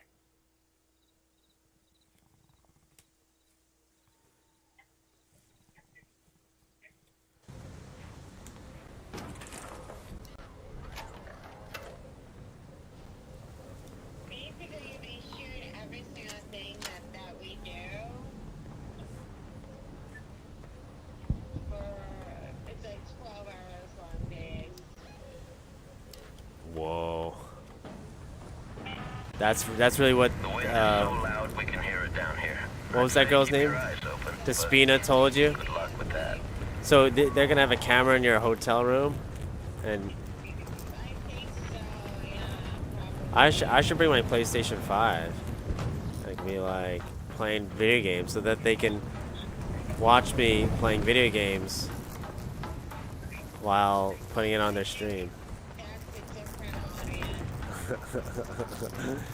Well, they don't have to like that. That's the point. Isn't that what I'm doing? The point is like the act of doing it. You know, like the character, like I would just be like a nerdy. Like the point isn't to watch me play. The point is just to watch me just playing the game. Like they wouldn't even know what game I'm playing. It's just like I'm just sitting there on the controller.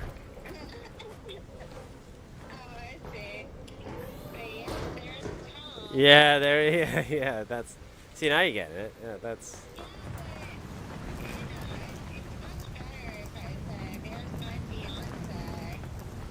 Oh, yeah, what a twist. Yeah.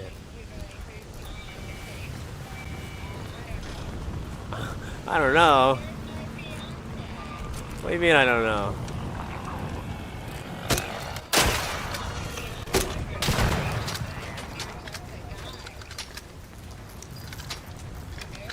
I could be just the guy. I like that. He's the guy.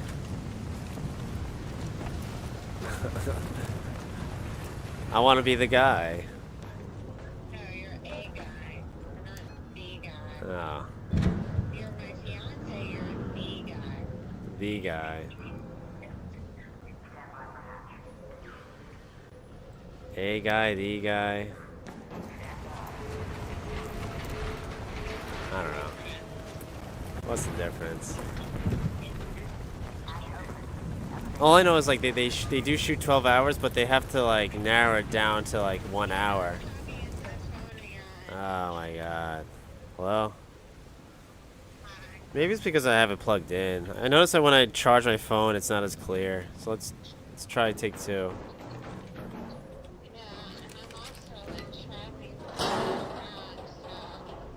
Okay, but you're walking now, right? You're off the bus? Oh, good.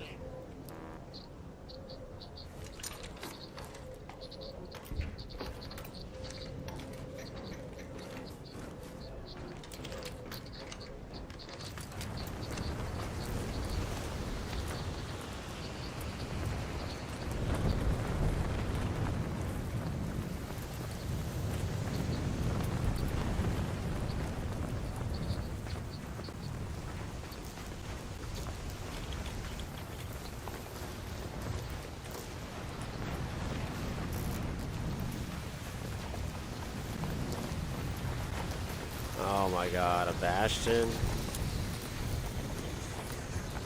Jesus.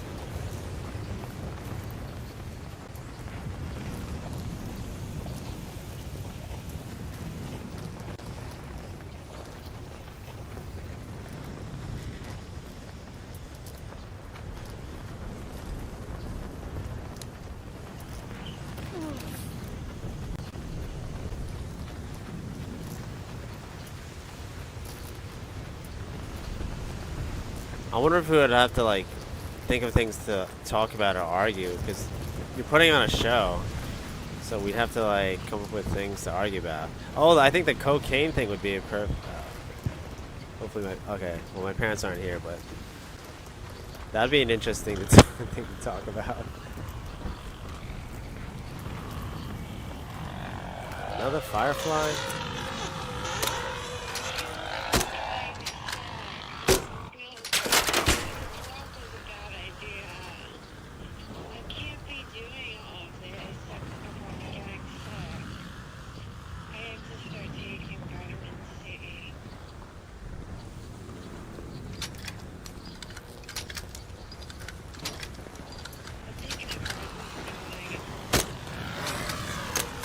Oh my god! Jesus. Tricky bastards.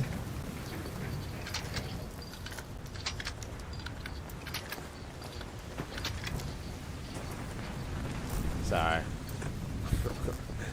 That'll be the most entertaining bouts in the episode, is me getting mad at the video, at the TV.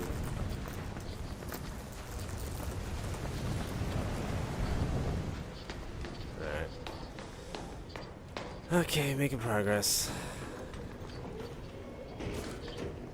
Oh, yeah, we could do like a, you could pretend that you want to play, and then I let you play, but then I get mad at you for not doing well. And so we'd have a big fight about it. Honey, I'm telling you, the best story would be if I go there and we just got engaged. Yeah, but About people getting engaged. yeah, but we'd have to be mixed race. It's a show about mixed race couples getting engaged. Then like Cece will feel like, wow, like I need to get engaged to this guy, but this guy Ah. sucks. Oh, I see. I get it. Add the pressure for Yeah. me to get engaged. Like it'll make for a better show. Yeah. Oh, I like that. That's good. Wait, so, but am I supposed to be engaged with you? I feel like that, like, the audience doesn't know who we are. You know, you have to kind of. You're gonna know who we are because I'm gonna be on the show, and I don't know if you're gonna be on the show, but I am.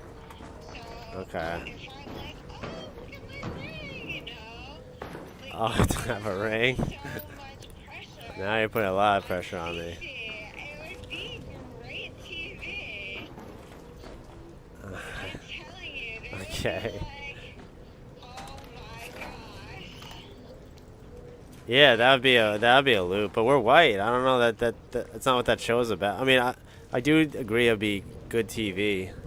Yeah, but even that is good because, especially because we're white. Yeah, it's like showing the show. It's like if a white couple can do it. A mixed race couple can do it too. Yeah, white people can get engaged too. It doesn't always have to be Muslims. Yeah, tan whites. Agreed. Agreed. Doesn't always have to be Muslims. Yeah. We gotta do something about the Muslim problem. I'm starting to feel. Did you? Oh yeah, just to change the subject. Did you see Palantir's 25-point plan? Oh man, it's so diabolical, but it's actually good, in a sense. Yeah, in a weird way. It's basically they're laying out their plan for the future, and it's worded in a lawyer way, so it doesn't really. You have to read it to really like it. I was listening to Big Tech read it out, and I just remember thinking to myself, okay, I see what these people are doing. I'm not gonna read it. Can you explain it to me? Because I have a million gazillion things to do. I'm not gonna look up Palantir. I'm my to-do list. If not, just tell me. Well, problem is I was listening to Big Tech read it, so I didn't actually read it. I just remember like thinking to myself, whoa, that's pretty base. Oh, okay, all right. Because they don't like say outright we're fighting against anti-Semitism. It basically starts at like, it's like I said. Hold on. Oh, all right. I thought I was getting tracked. It's basically it starts out that like America is the greatest country. So it starts off with a little bit of a patriotic vibe. It's like America is like the greatest country. What does America have to do with Palantir? Like Palantir. I'm about to tell you. Basically, the premise of it is just like, you know, they're basically saying that, oh fuck. You know, never a dull moment here.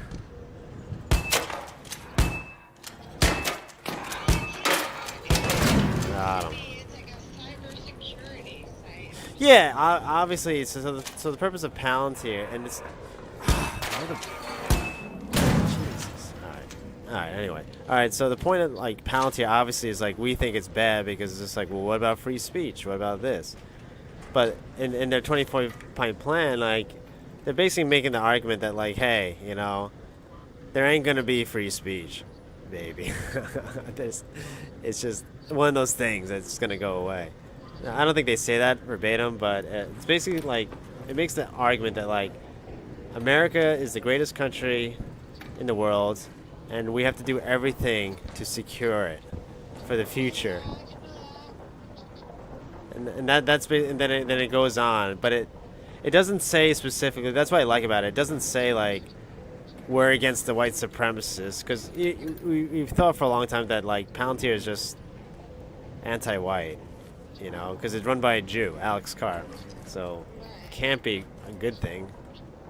Because that guy's bad news. Like, how's he going to do to help us? But, I don't know. I just, like I said, I was listening to Big Tech read it. It's just like, these people are being brutally honest. It's like, they're going to, like, they literally say, like, we're going to restrict the rights of people who threaten this country. So, it's very vague. But it's like, it's like they're honest about what they're planning to do if you read it in that way. But you could also interpret it like any way you want. So you can interpret it as like, oh, so they mean they're just going to go after Jew haters? Or you could interpret it like, oh, they're going to go after people who hate the country. But it's just like, it's just the honesty of it is just like they're going to make it hell for a certain group of people. We don't know what group of people they're talking about. It's just, you know, but it's honest. It's like that's the point of it. It's gonna be a tracking mechanism for people that ooh, shotgun sounds there. They don't have that. People that I don't know. Like I said, like it could go either way. I don't know exactly what to think of it. Besides the fact that like, you know what? This might be whatever. I mean, we're already like we're black pilled. Everybody like hates Israel. Everybody wants to go to war with Israel. Maybe we need to take a step back from that and You know. Oh yeah, by the way, on another point of news, the SPLC just got indicted by the FBI.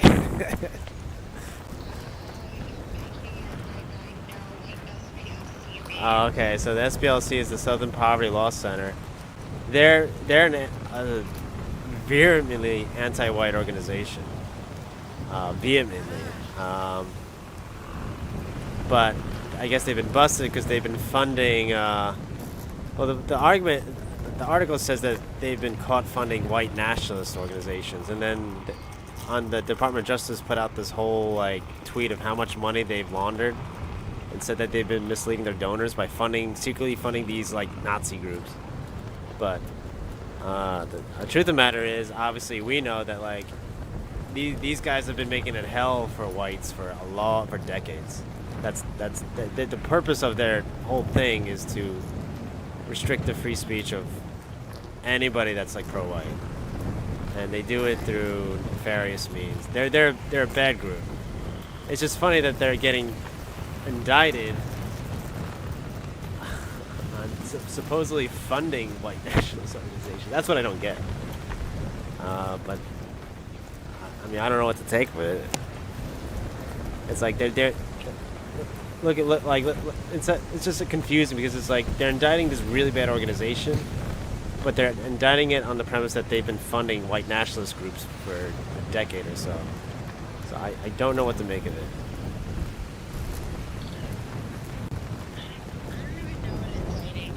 Oh, it means like they're meaning like a grand jury's been impaneled of 12 people, and they've found sufficient, like the FBI, and I'm sure it's special because this is a huge case, but the FBI was able to prevent enough evidence for a court to allow, or for I think it's like a panel of people to allow an investigation to continue. So they've been officially, meaning they've been officially charged with this. They went to a judge. So the order of events is they go to a judge, they file that, hey, we want to indict this group for this crime, and then they provide the evidence, and here's all the evidence we have, and they have to present it to a panel of jurors, and you need overwhelming amount of you need everybody to basically say like, okay, this can go forward. So you need unanimous consent, and so that means they had like a case. We got somebody coming. Hurry up! Oh, too late. I left someone for dead. See what you made me do.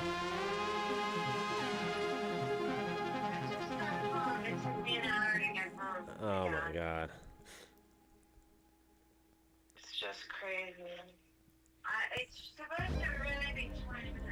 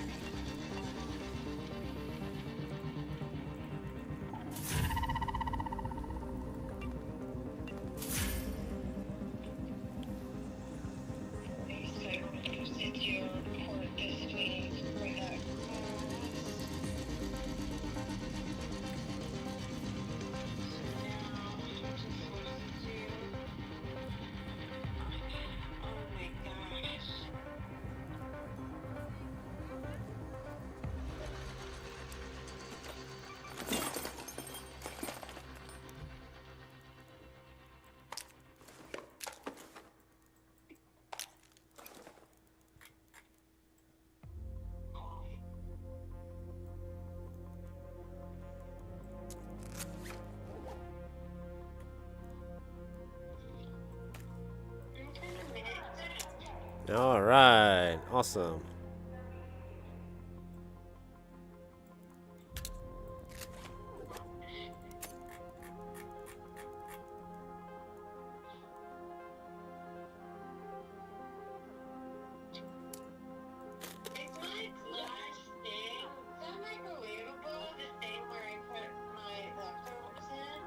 I think so.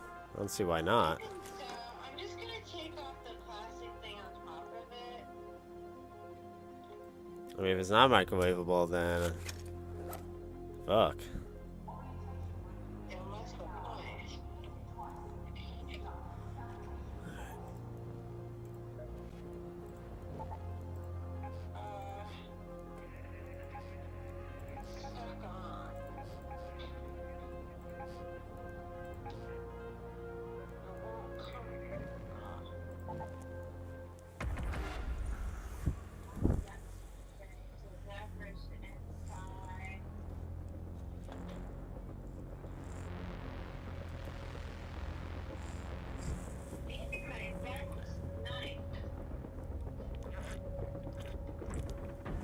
That's already bent.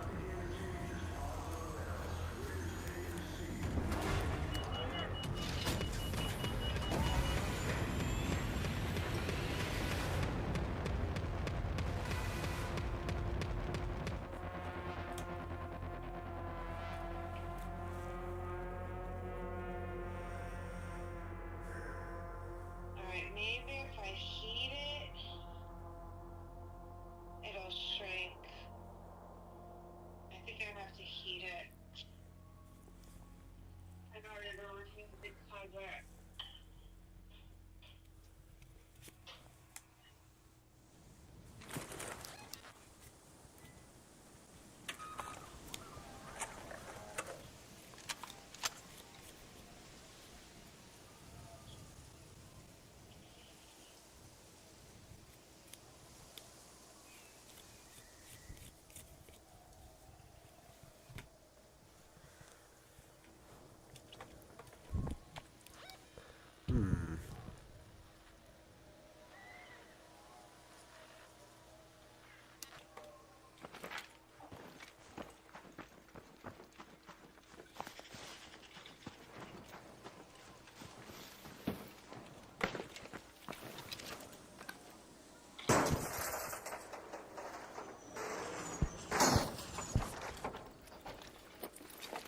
Amira called me like 45 times today.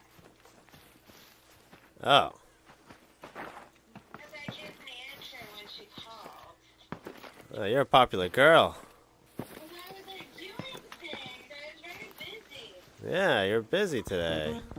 That's why I know not to call you. You called me today. Oh, yeah, you're right. That's because I had a grievance. I had a grievance. I had to grieve.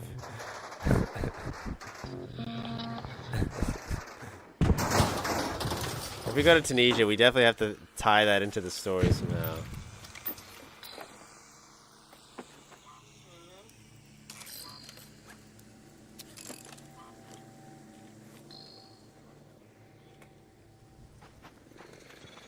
Uh-oh.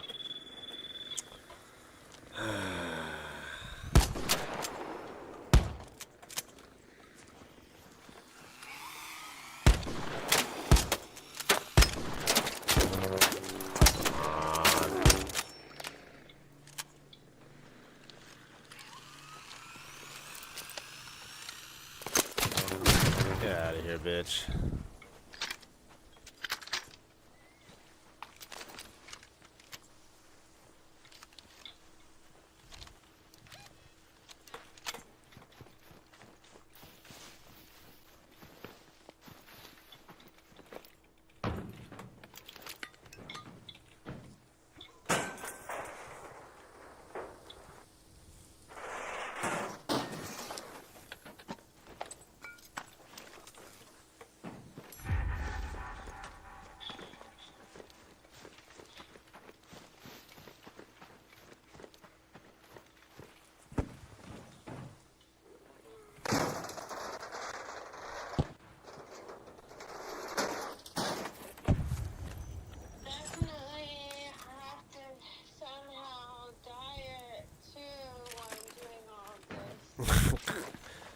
Just do what I did in Korea. Just don't eat.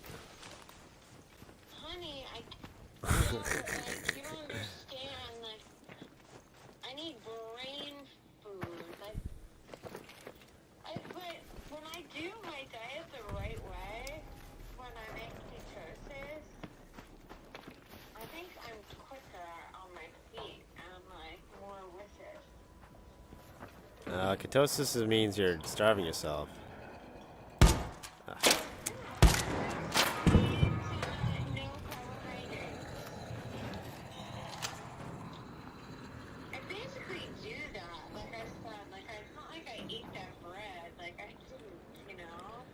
Yeah, you just ate the chicken and the bacon, which is fine. Uh-oh.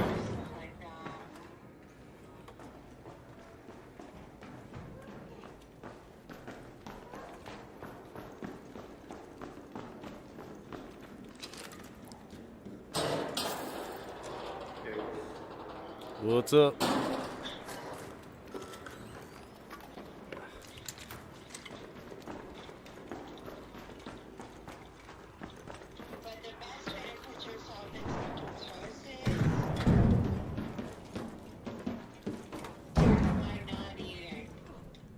Yeah, because the ketosis is basically your body's breaking down your everything.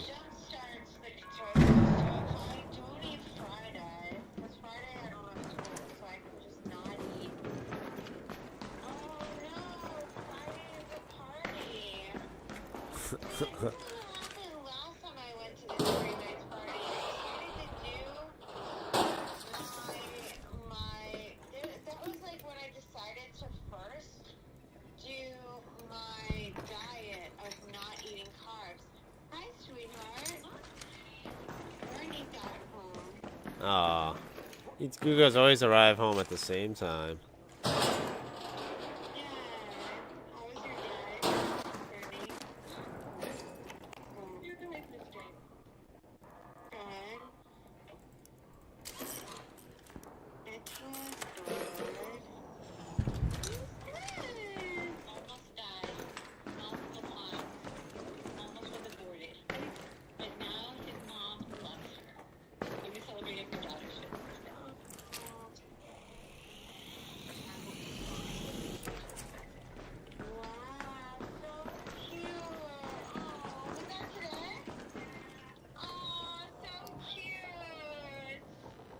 Oh, what am I missing? I feel like I'm missing everything. You're missing everything. Everything.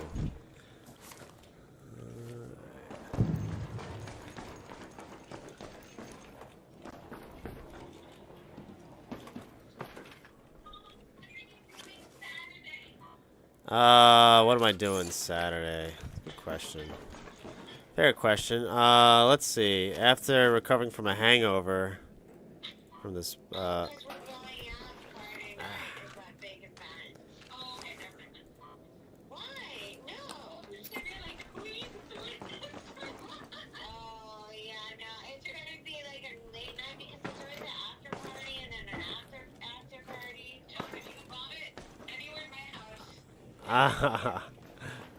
wait.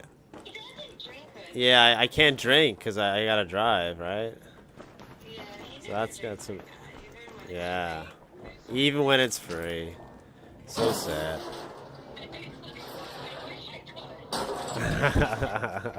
Yeah, you're right. Sometimes I wish I could, but... sometimes I have to hold back.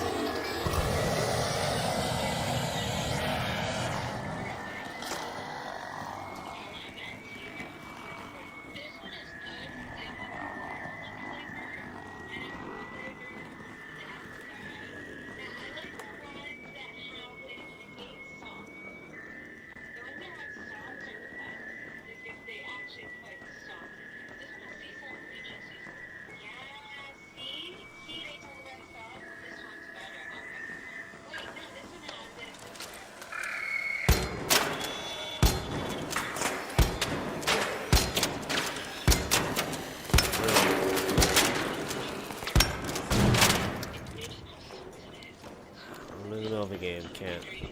I'm in the middle of something. I can't right now. Not really.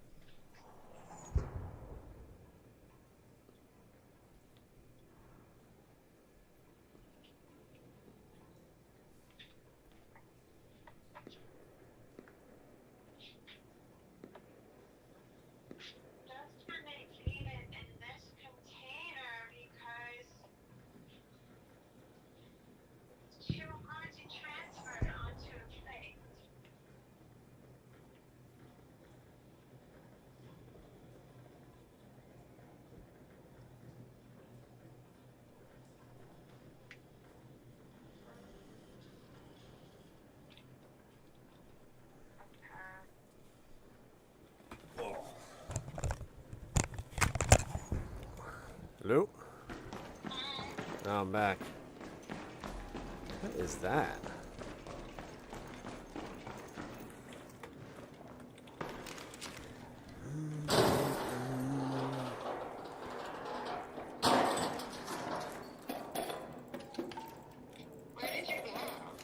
I helped my mom with her TV, so they'll leave my game running.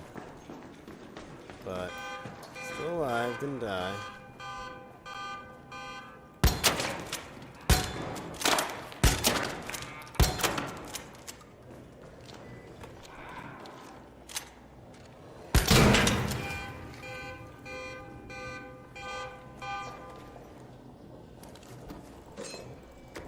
Definitely want that. Ooh, want that too. Yeah, good stuff.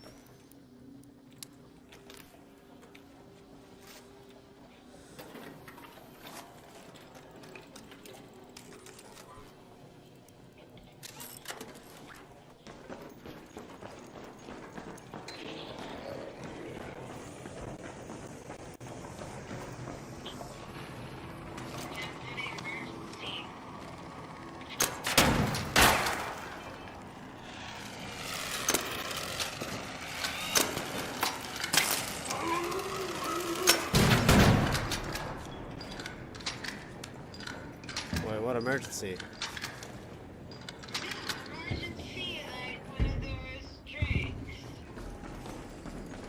What? It's a vitamin C drink. Oh. Never heard of emergency? No, apparently not. I thought everybody's heard of emergency. No, everybody except me.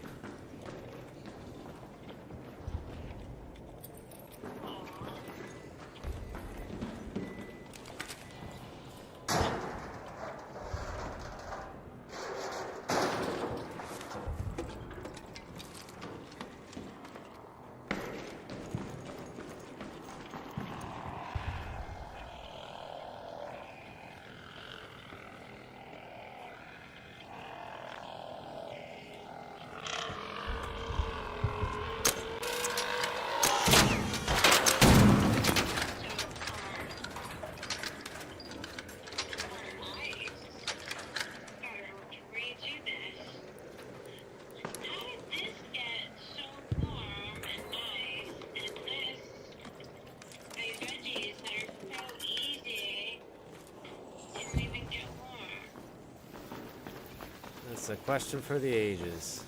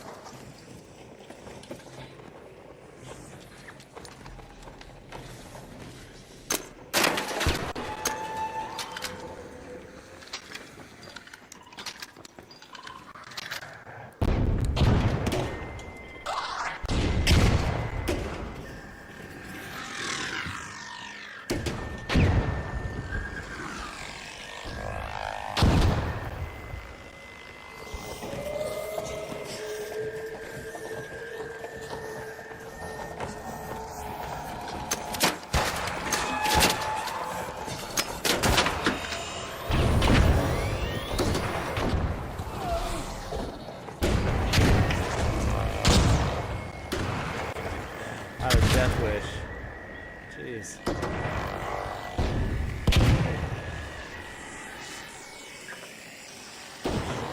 Now I gotta run.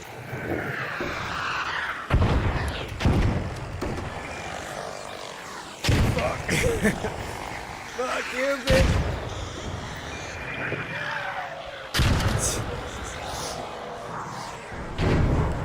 Alright. Ran away. What? How did I get hit? That's weird.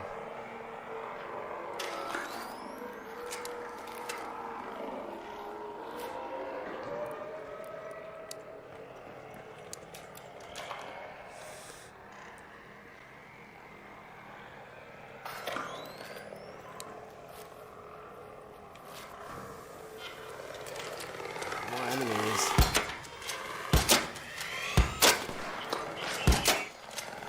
Everywhere. Oh, another one? Oh my god. Jesus.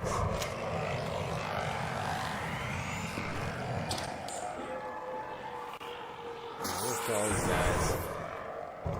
Try to.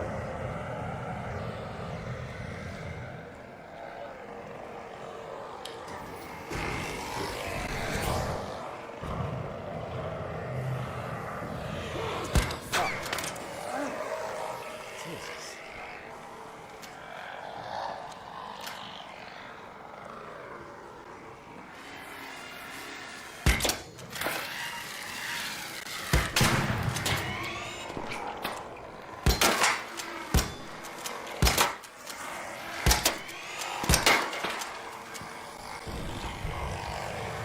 Oh my god.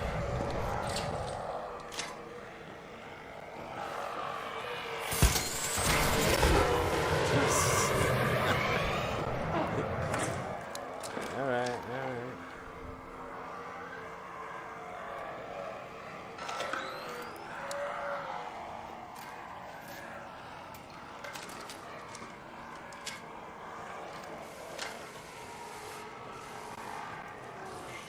And a Rocketeer. I got one at least.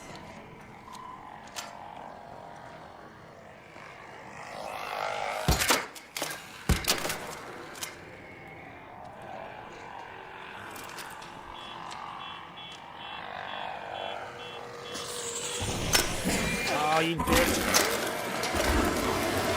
Oh, I miss every fucking time.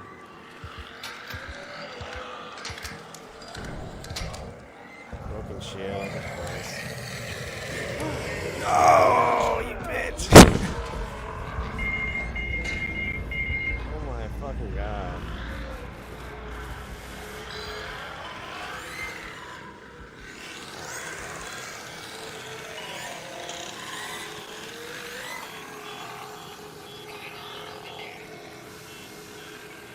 I don't know, I think I lost my weapon now. Fuck. This game, man.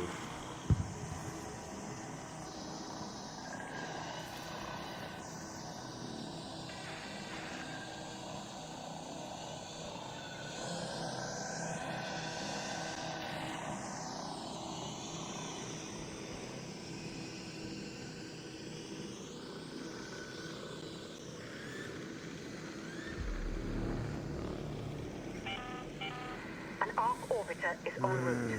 The safe window is closing. I forgot why I hate this 10 minutes game. to get out of there. I repeat, 10 minutes.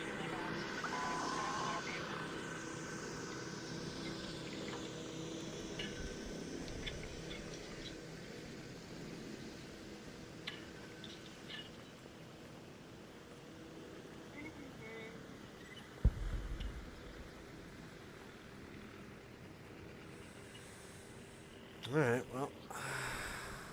Might get out of here alive. Probably not, though. That's good. Well, I think.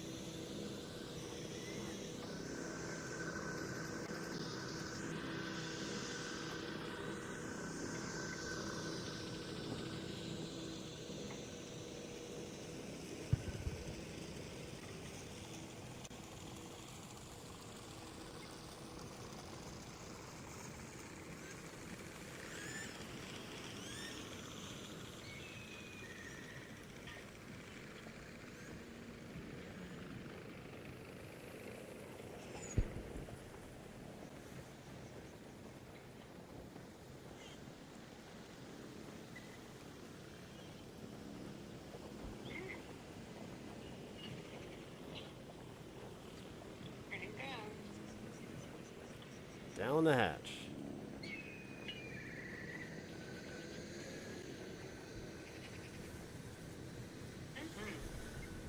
I'm 100 meters away from the extraction point.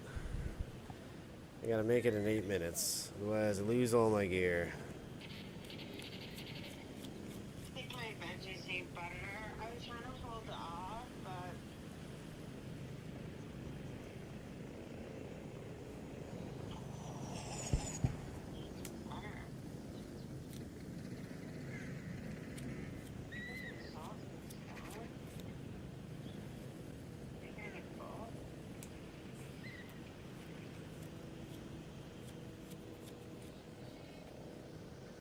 just if they're really dry. I guess I could do olive oil. Maybe olive oil.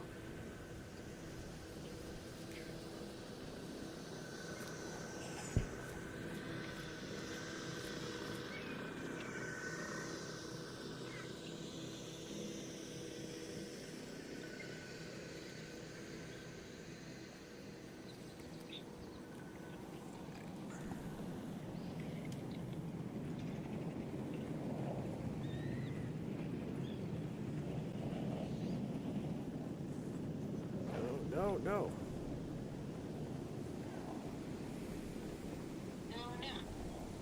No. I'm trying to crawl to the extraction point because I'm down. But I don't know if it's open. And if it's closed, I'm fucked. Sounds fun, honey. No, it's not, because I'm gonna have to lose all my shit. Again.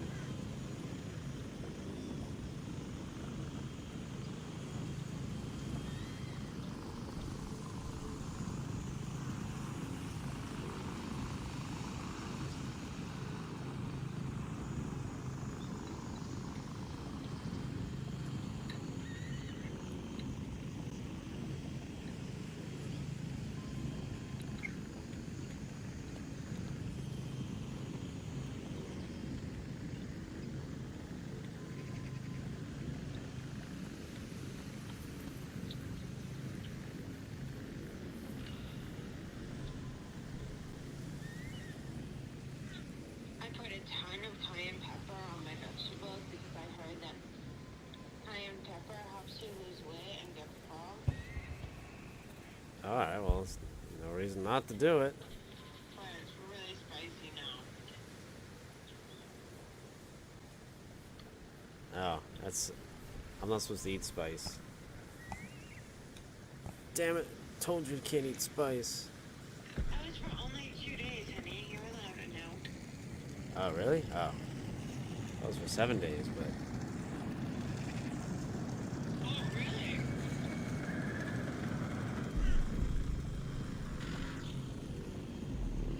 I guess you know better than I do. I thought you told me.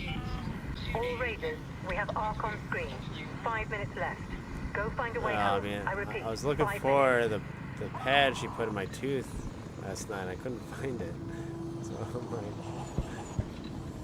Maybe you swallowed it. No, it's supposed to fit between the tooth and the gum, so... I mean, if it popped out, it popped out, but... Maybe you chewed it. Oh, no! Oh, yes. That was the wrong extraction. Oh, no. God, dick. Alright, I have 4 minutes to crawl 300 meters.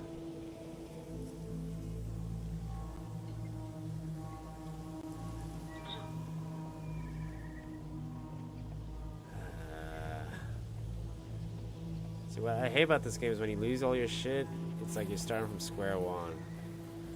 It's really frustrating.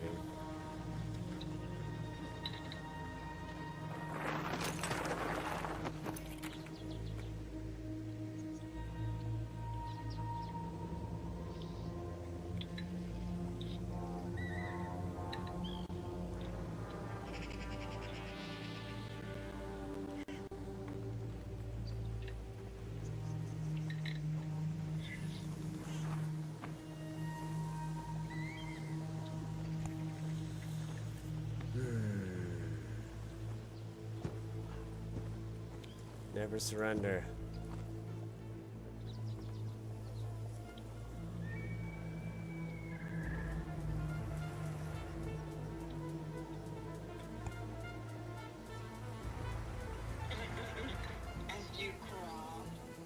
Yeah, I'm literally crawling.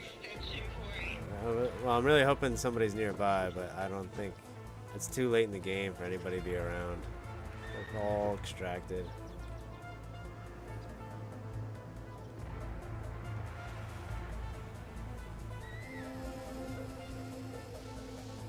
Oh, this shouldn't be a minute. Like, if I'm willing to crawl 20 minutes to leave, the game should let me. It's so lame.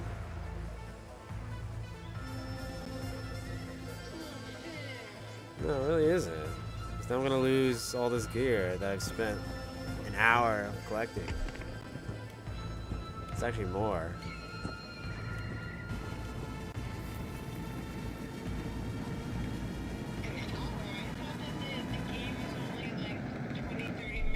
Yeah, but you lose your weapons, and I have like decked out weapons, so it takes a lot to build them up. Last warning. 2 minutes left. Head back immediately. The window is closing. Oh, you hear? They're jeering at me. I am 299 meters away. Can't make it in 2 minutes, Athen. I don't think it's possible. Maybe the game will glitch out and will, like, give me my shit back.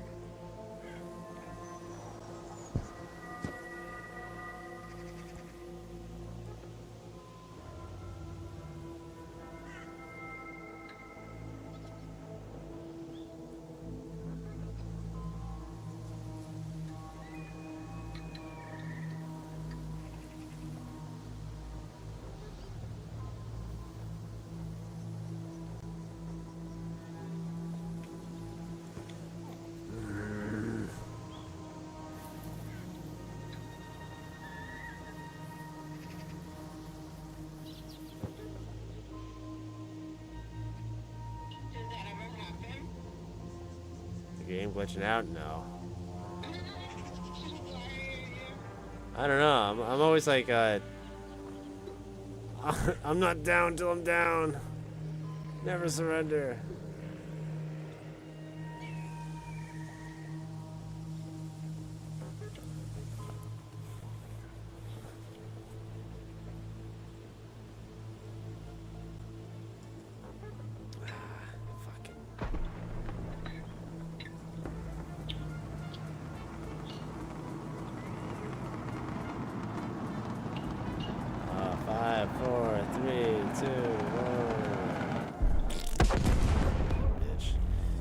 Fuck you. This fucking game sucks.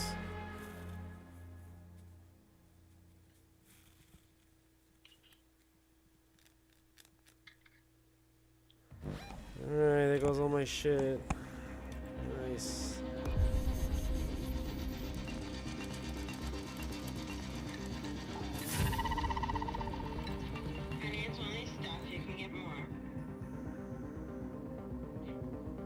Yeah, but I lose the good stuff. I don't care about the shitty stuff. Shitty stuff I can lose all day.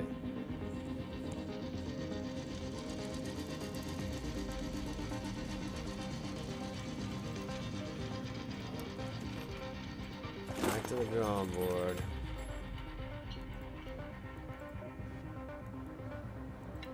Definitely a net loss. Raider, good to see you. Here.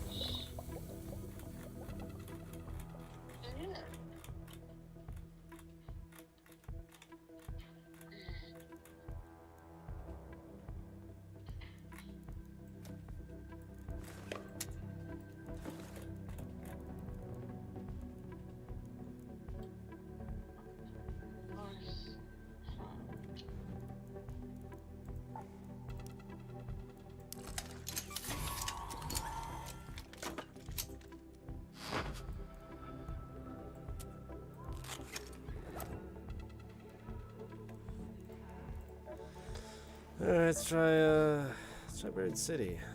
Let's get a win. Fucking thing sucks.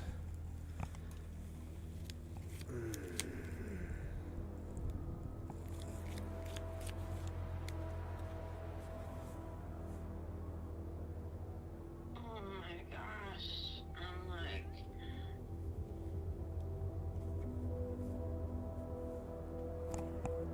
let's go. Just open. Okay, where you open it. Just open it.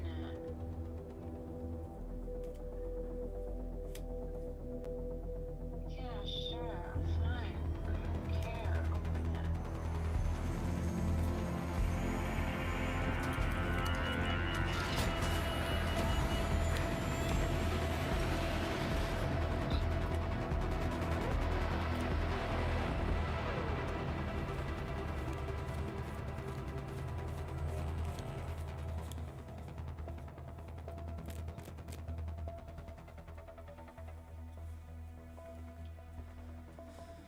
Alright, try again.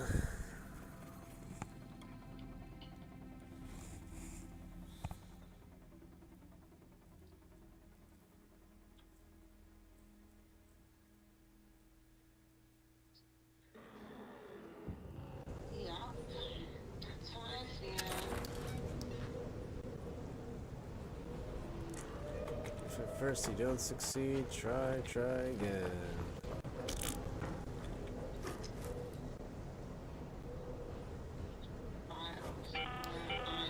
Visibility is dropping fast out there.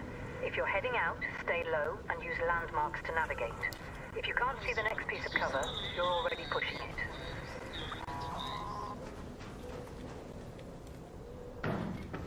This is so annoying. Wow, what's up, babe? I have to do psychology. I'm like writing down notes of these like annoying chapters, like about Trayvon Martin, 17, was shot at the hands of George Zimmerman, a volunteer. Oh, I forgot about that. Was it self-defense or racism? I think the court ruled that it was self-defense because they let him go. But I don't know if you can say that. you gotta play between the lines. So you should probably say both. Alright, well, don't look at me argue.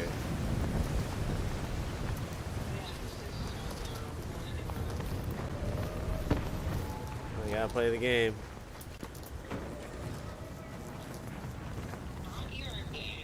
Not my game. Yeah. Only I can play and lose at this stupid game.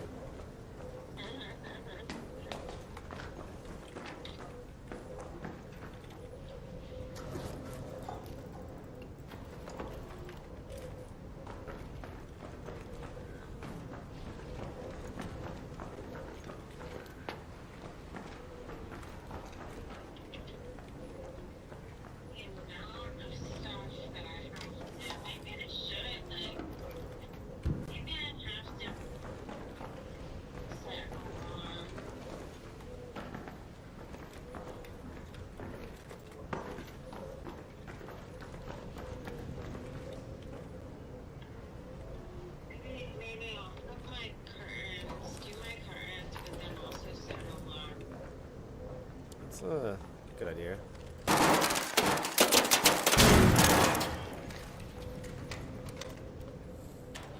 Like normal people.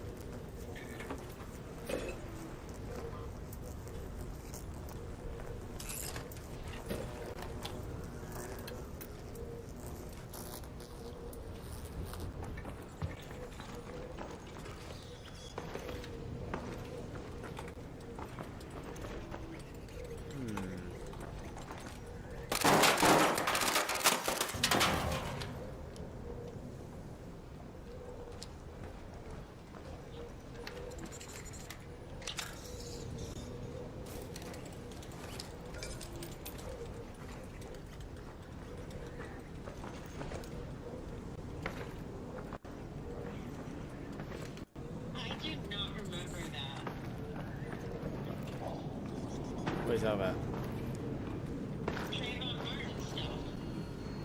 What? Really? I was like, that was like the baby's first step toward like racist politics. It was like the first one.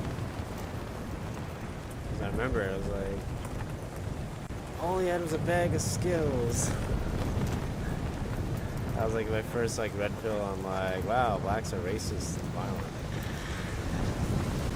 That was the one where like he bashed his head on the sidewalk. So that's why Zimmerman pulled his firearm and killed him.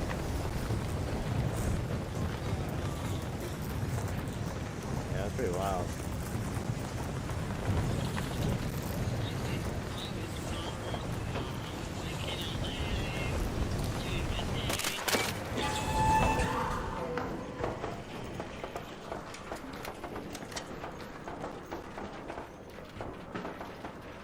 Yeah, I mean, I didn't get into politics until like 2015, but that was like, I think that was like 2013. Had to be. Yeah, I think it was like around 2015. Oh, it was before Korea. Oh yeah, yeah. Because I remember I was listening to it at AMC movie theater. I was working there at the time.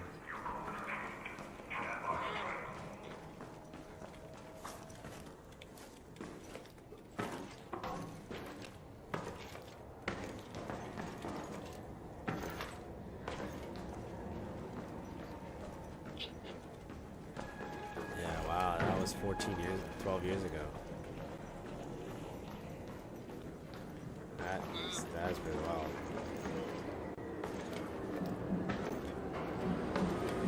He's lucky he's a free man.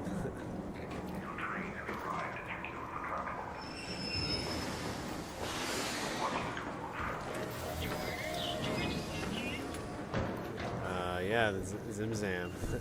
They called him the Zimzam in the comments. Yeah, Zimzam. That was like my first exposure to like the online, you know. Like,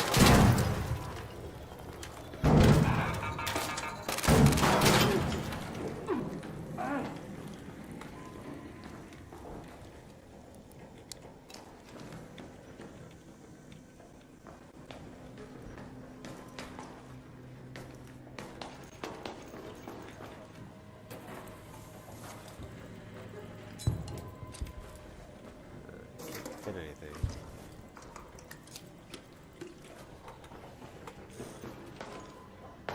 I got too much stuff. I can't fit anything in my bag.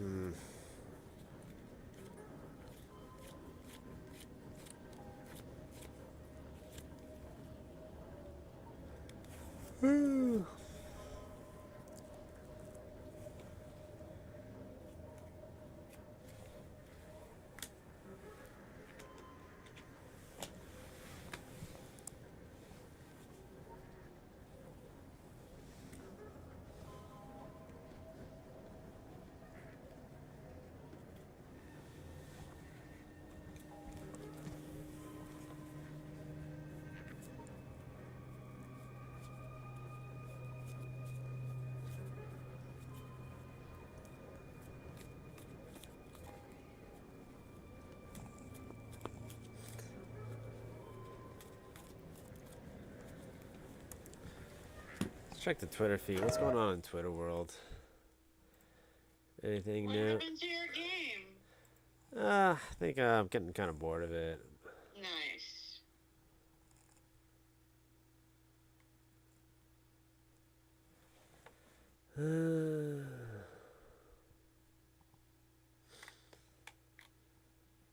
Yeah, it's pretty slow news day.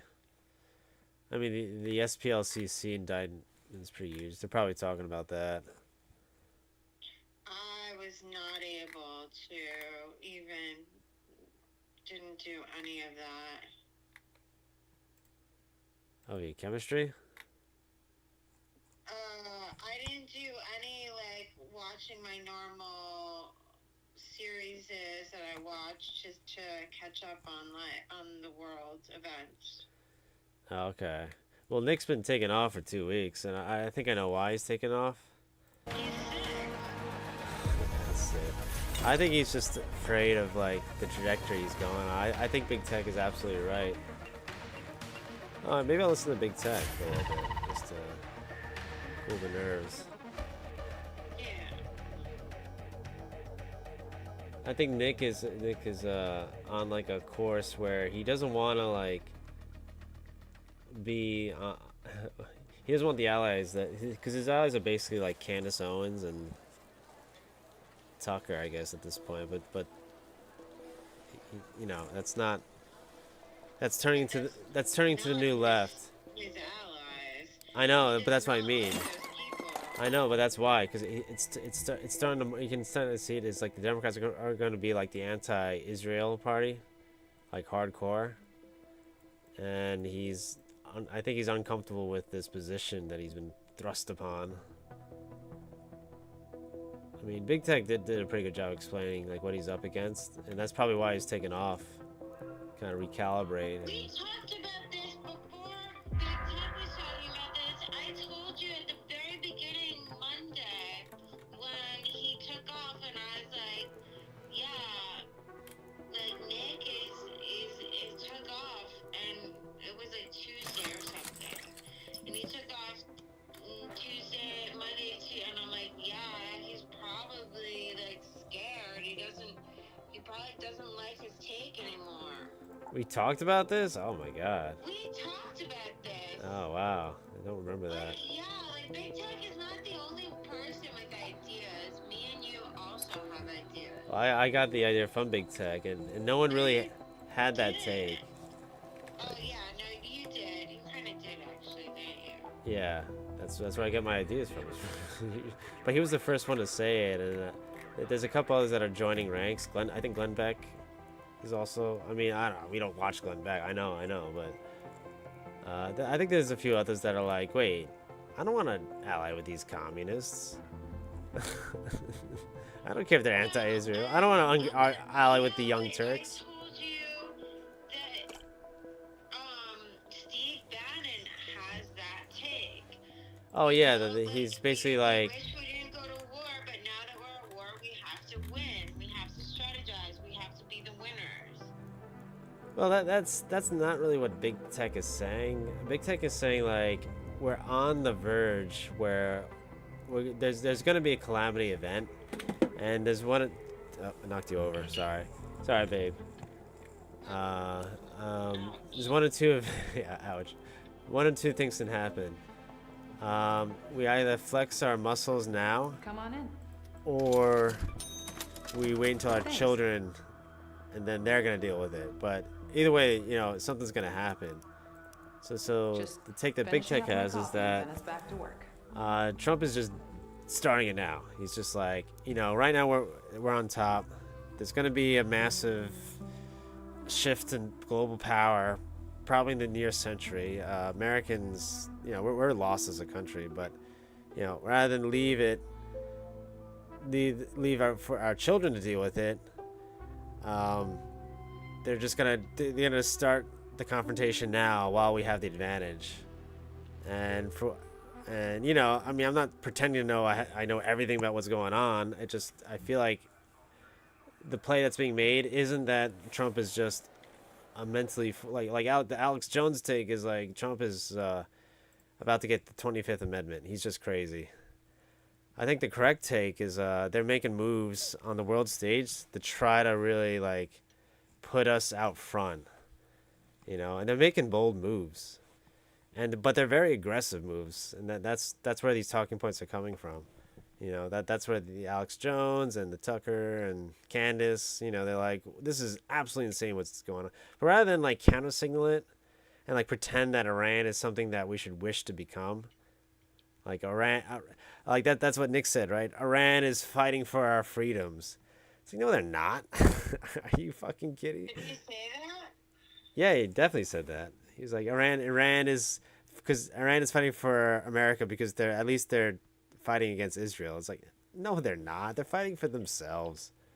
Yeah. Let's be real. It's like the world stage is like Yeah, that's not a good take at all. well, he definitely said that. I remember him saying that. But it's basically the Western European, Western European nations, with NATO versus like Russia, China, and Iran, and then others. So that's like the world stage. So Big Tech's take, and I'm basically copying what he's saying, is that whatever is gonna happen in the future, they're just starting it now. No. Sorry. Oop, that was a little loud.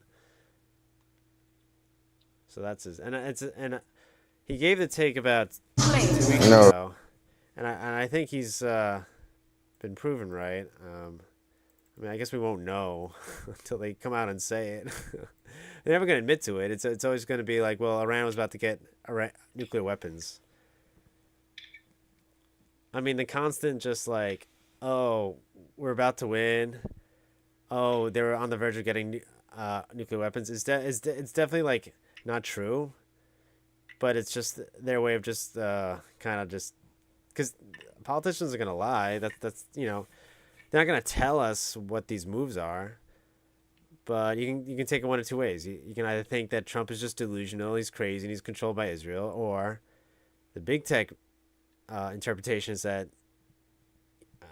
Trump isn't actually crazy, and America at this point is where we're in a corner, and they're making aggressive moves to try to make it less problematic. And I know that sounds like a stretch, because you could say, like, well, what about the Iraq War, Afghanistan War? Like, did that really help us in the long term? I think this is different. I just, I can't counteract that. I can't say for sure whether or not, like, this will work out, but you know what? I voted for the guy. I have a thing with, like, if you're gonna, like, follow somebody and, like, put your worth behind him, you gotta commit. None of this, like, oh, I changed my mind. It's like, I voted for the guy.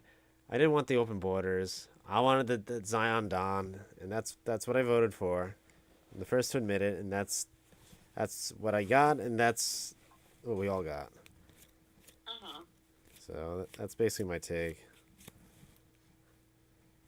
Do with it what you will.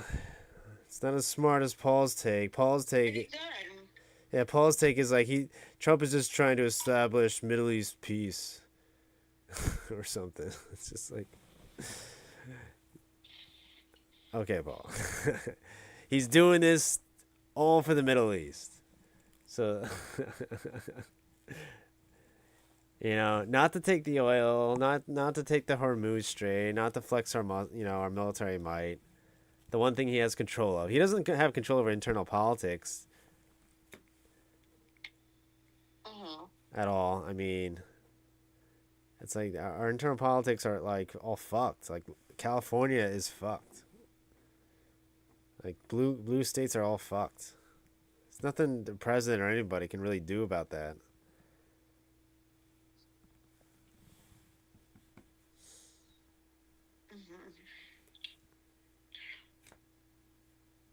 Yeah, I like it. Good take, honey. Well, thanks. Appreciate it. I try to come up with the best. Yeah. It's like, it's like, alright. No, I get it. It's not quite trust the plan, but it kind of is. It kind of is, but I don't hate being that way, because I'm not buying that Trump is just mentally retarded. I'm even down to, like, even if he does send nukes, it's like, well, now are you going to admit that Trump was just a retard going forward? I'll be like, yeah, I guess you were right. I guess when he does send the nuclear bombs and ends civilization, I guess I'll admit that you were right and I was wrong. Let's hear some wisdom from Big Tech. I've done enough yapping. Okay. We could afford that. Easily. Sounds like SS tier. A Nazism Oh, I gotta stop and streaming. racisms. Forgot.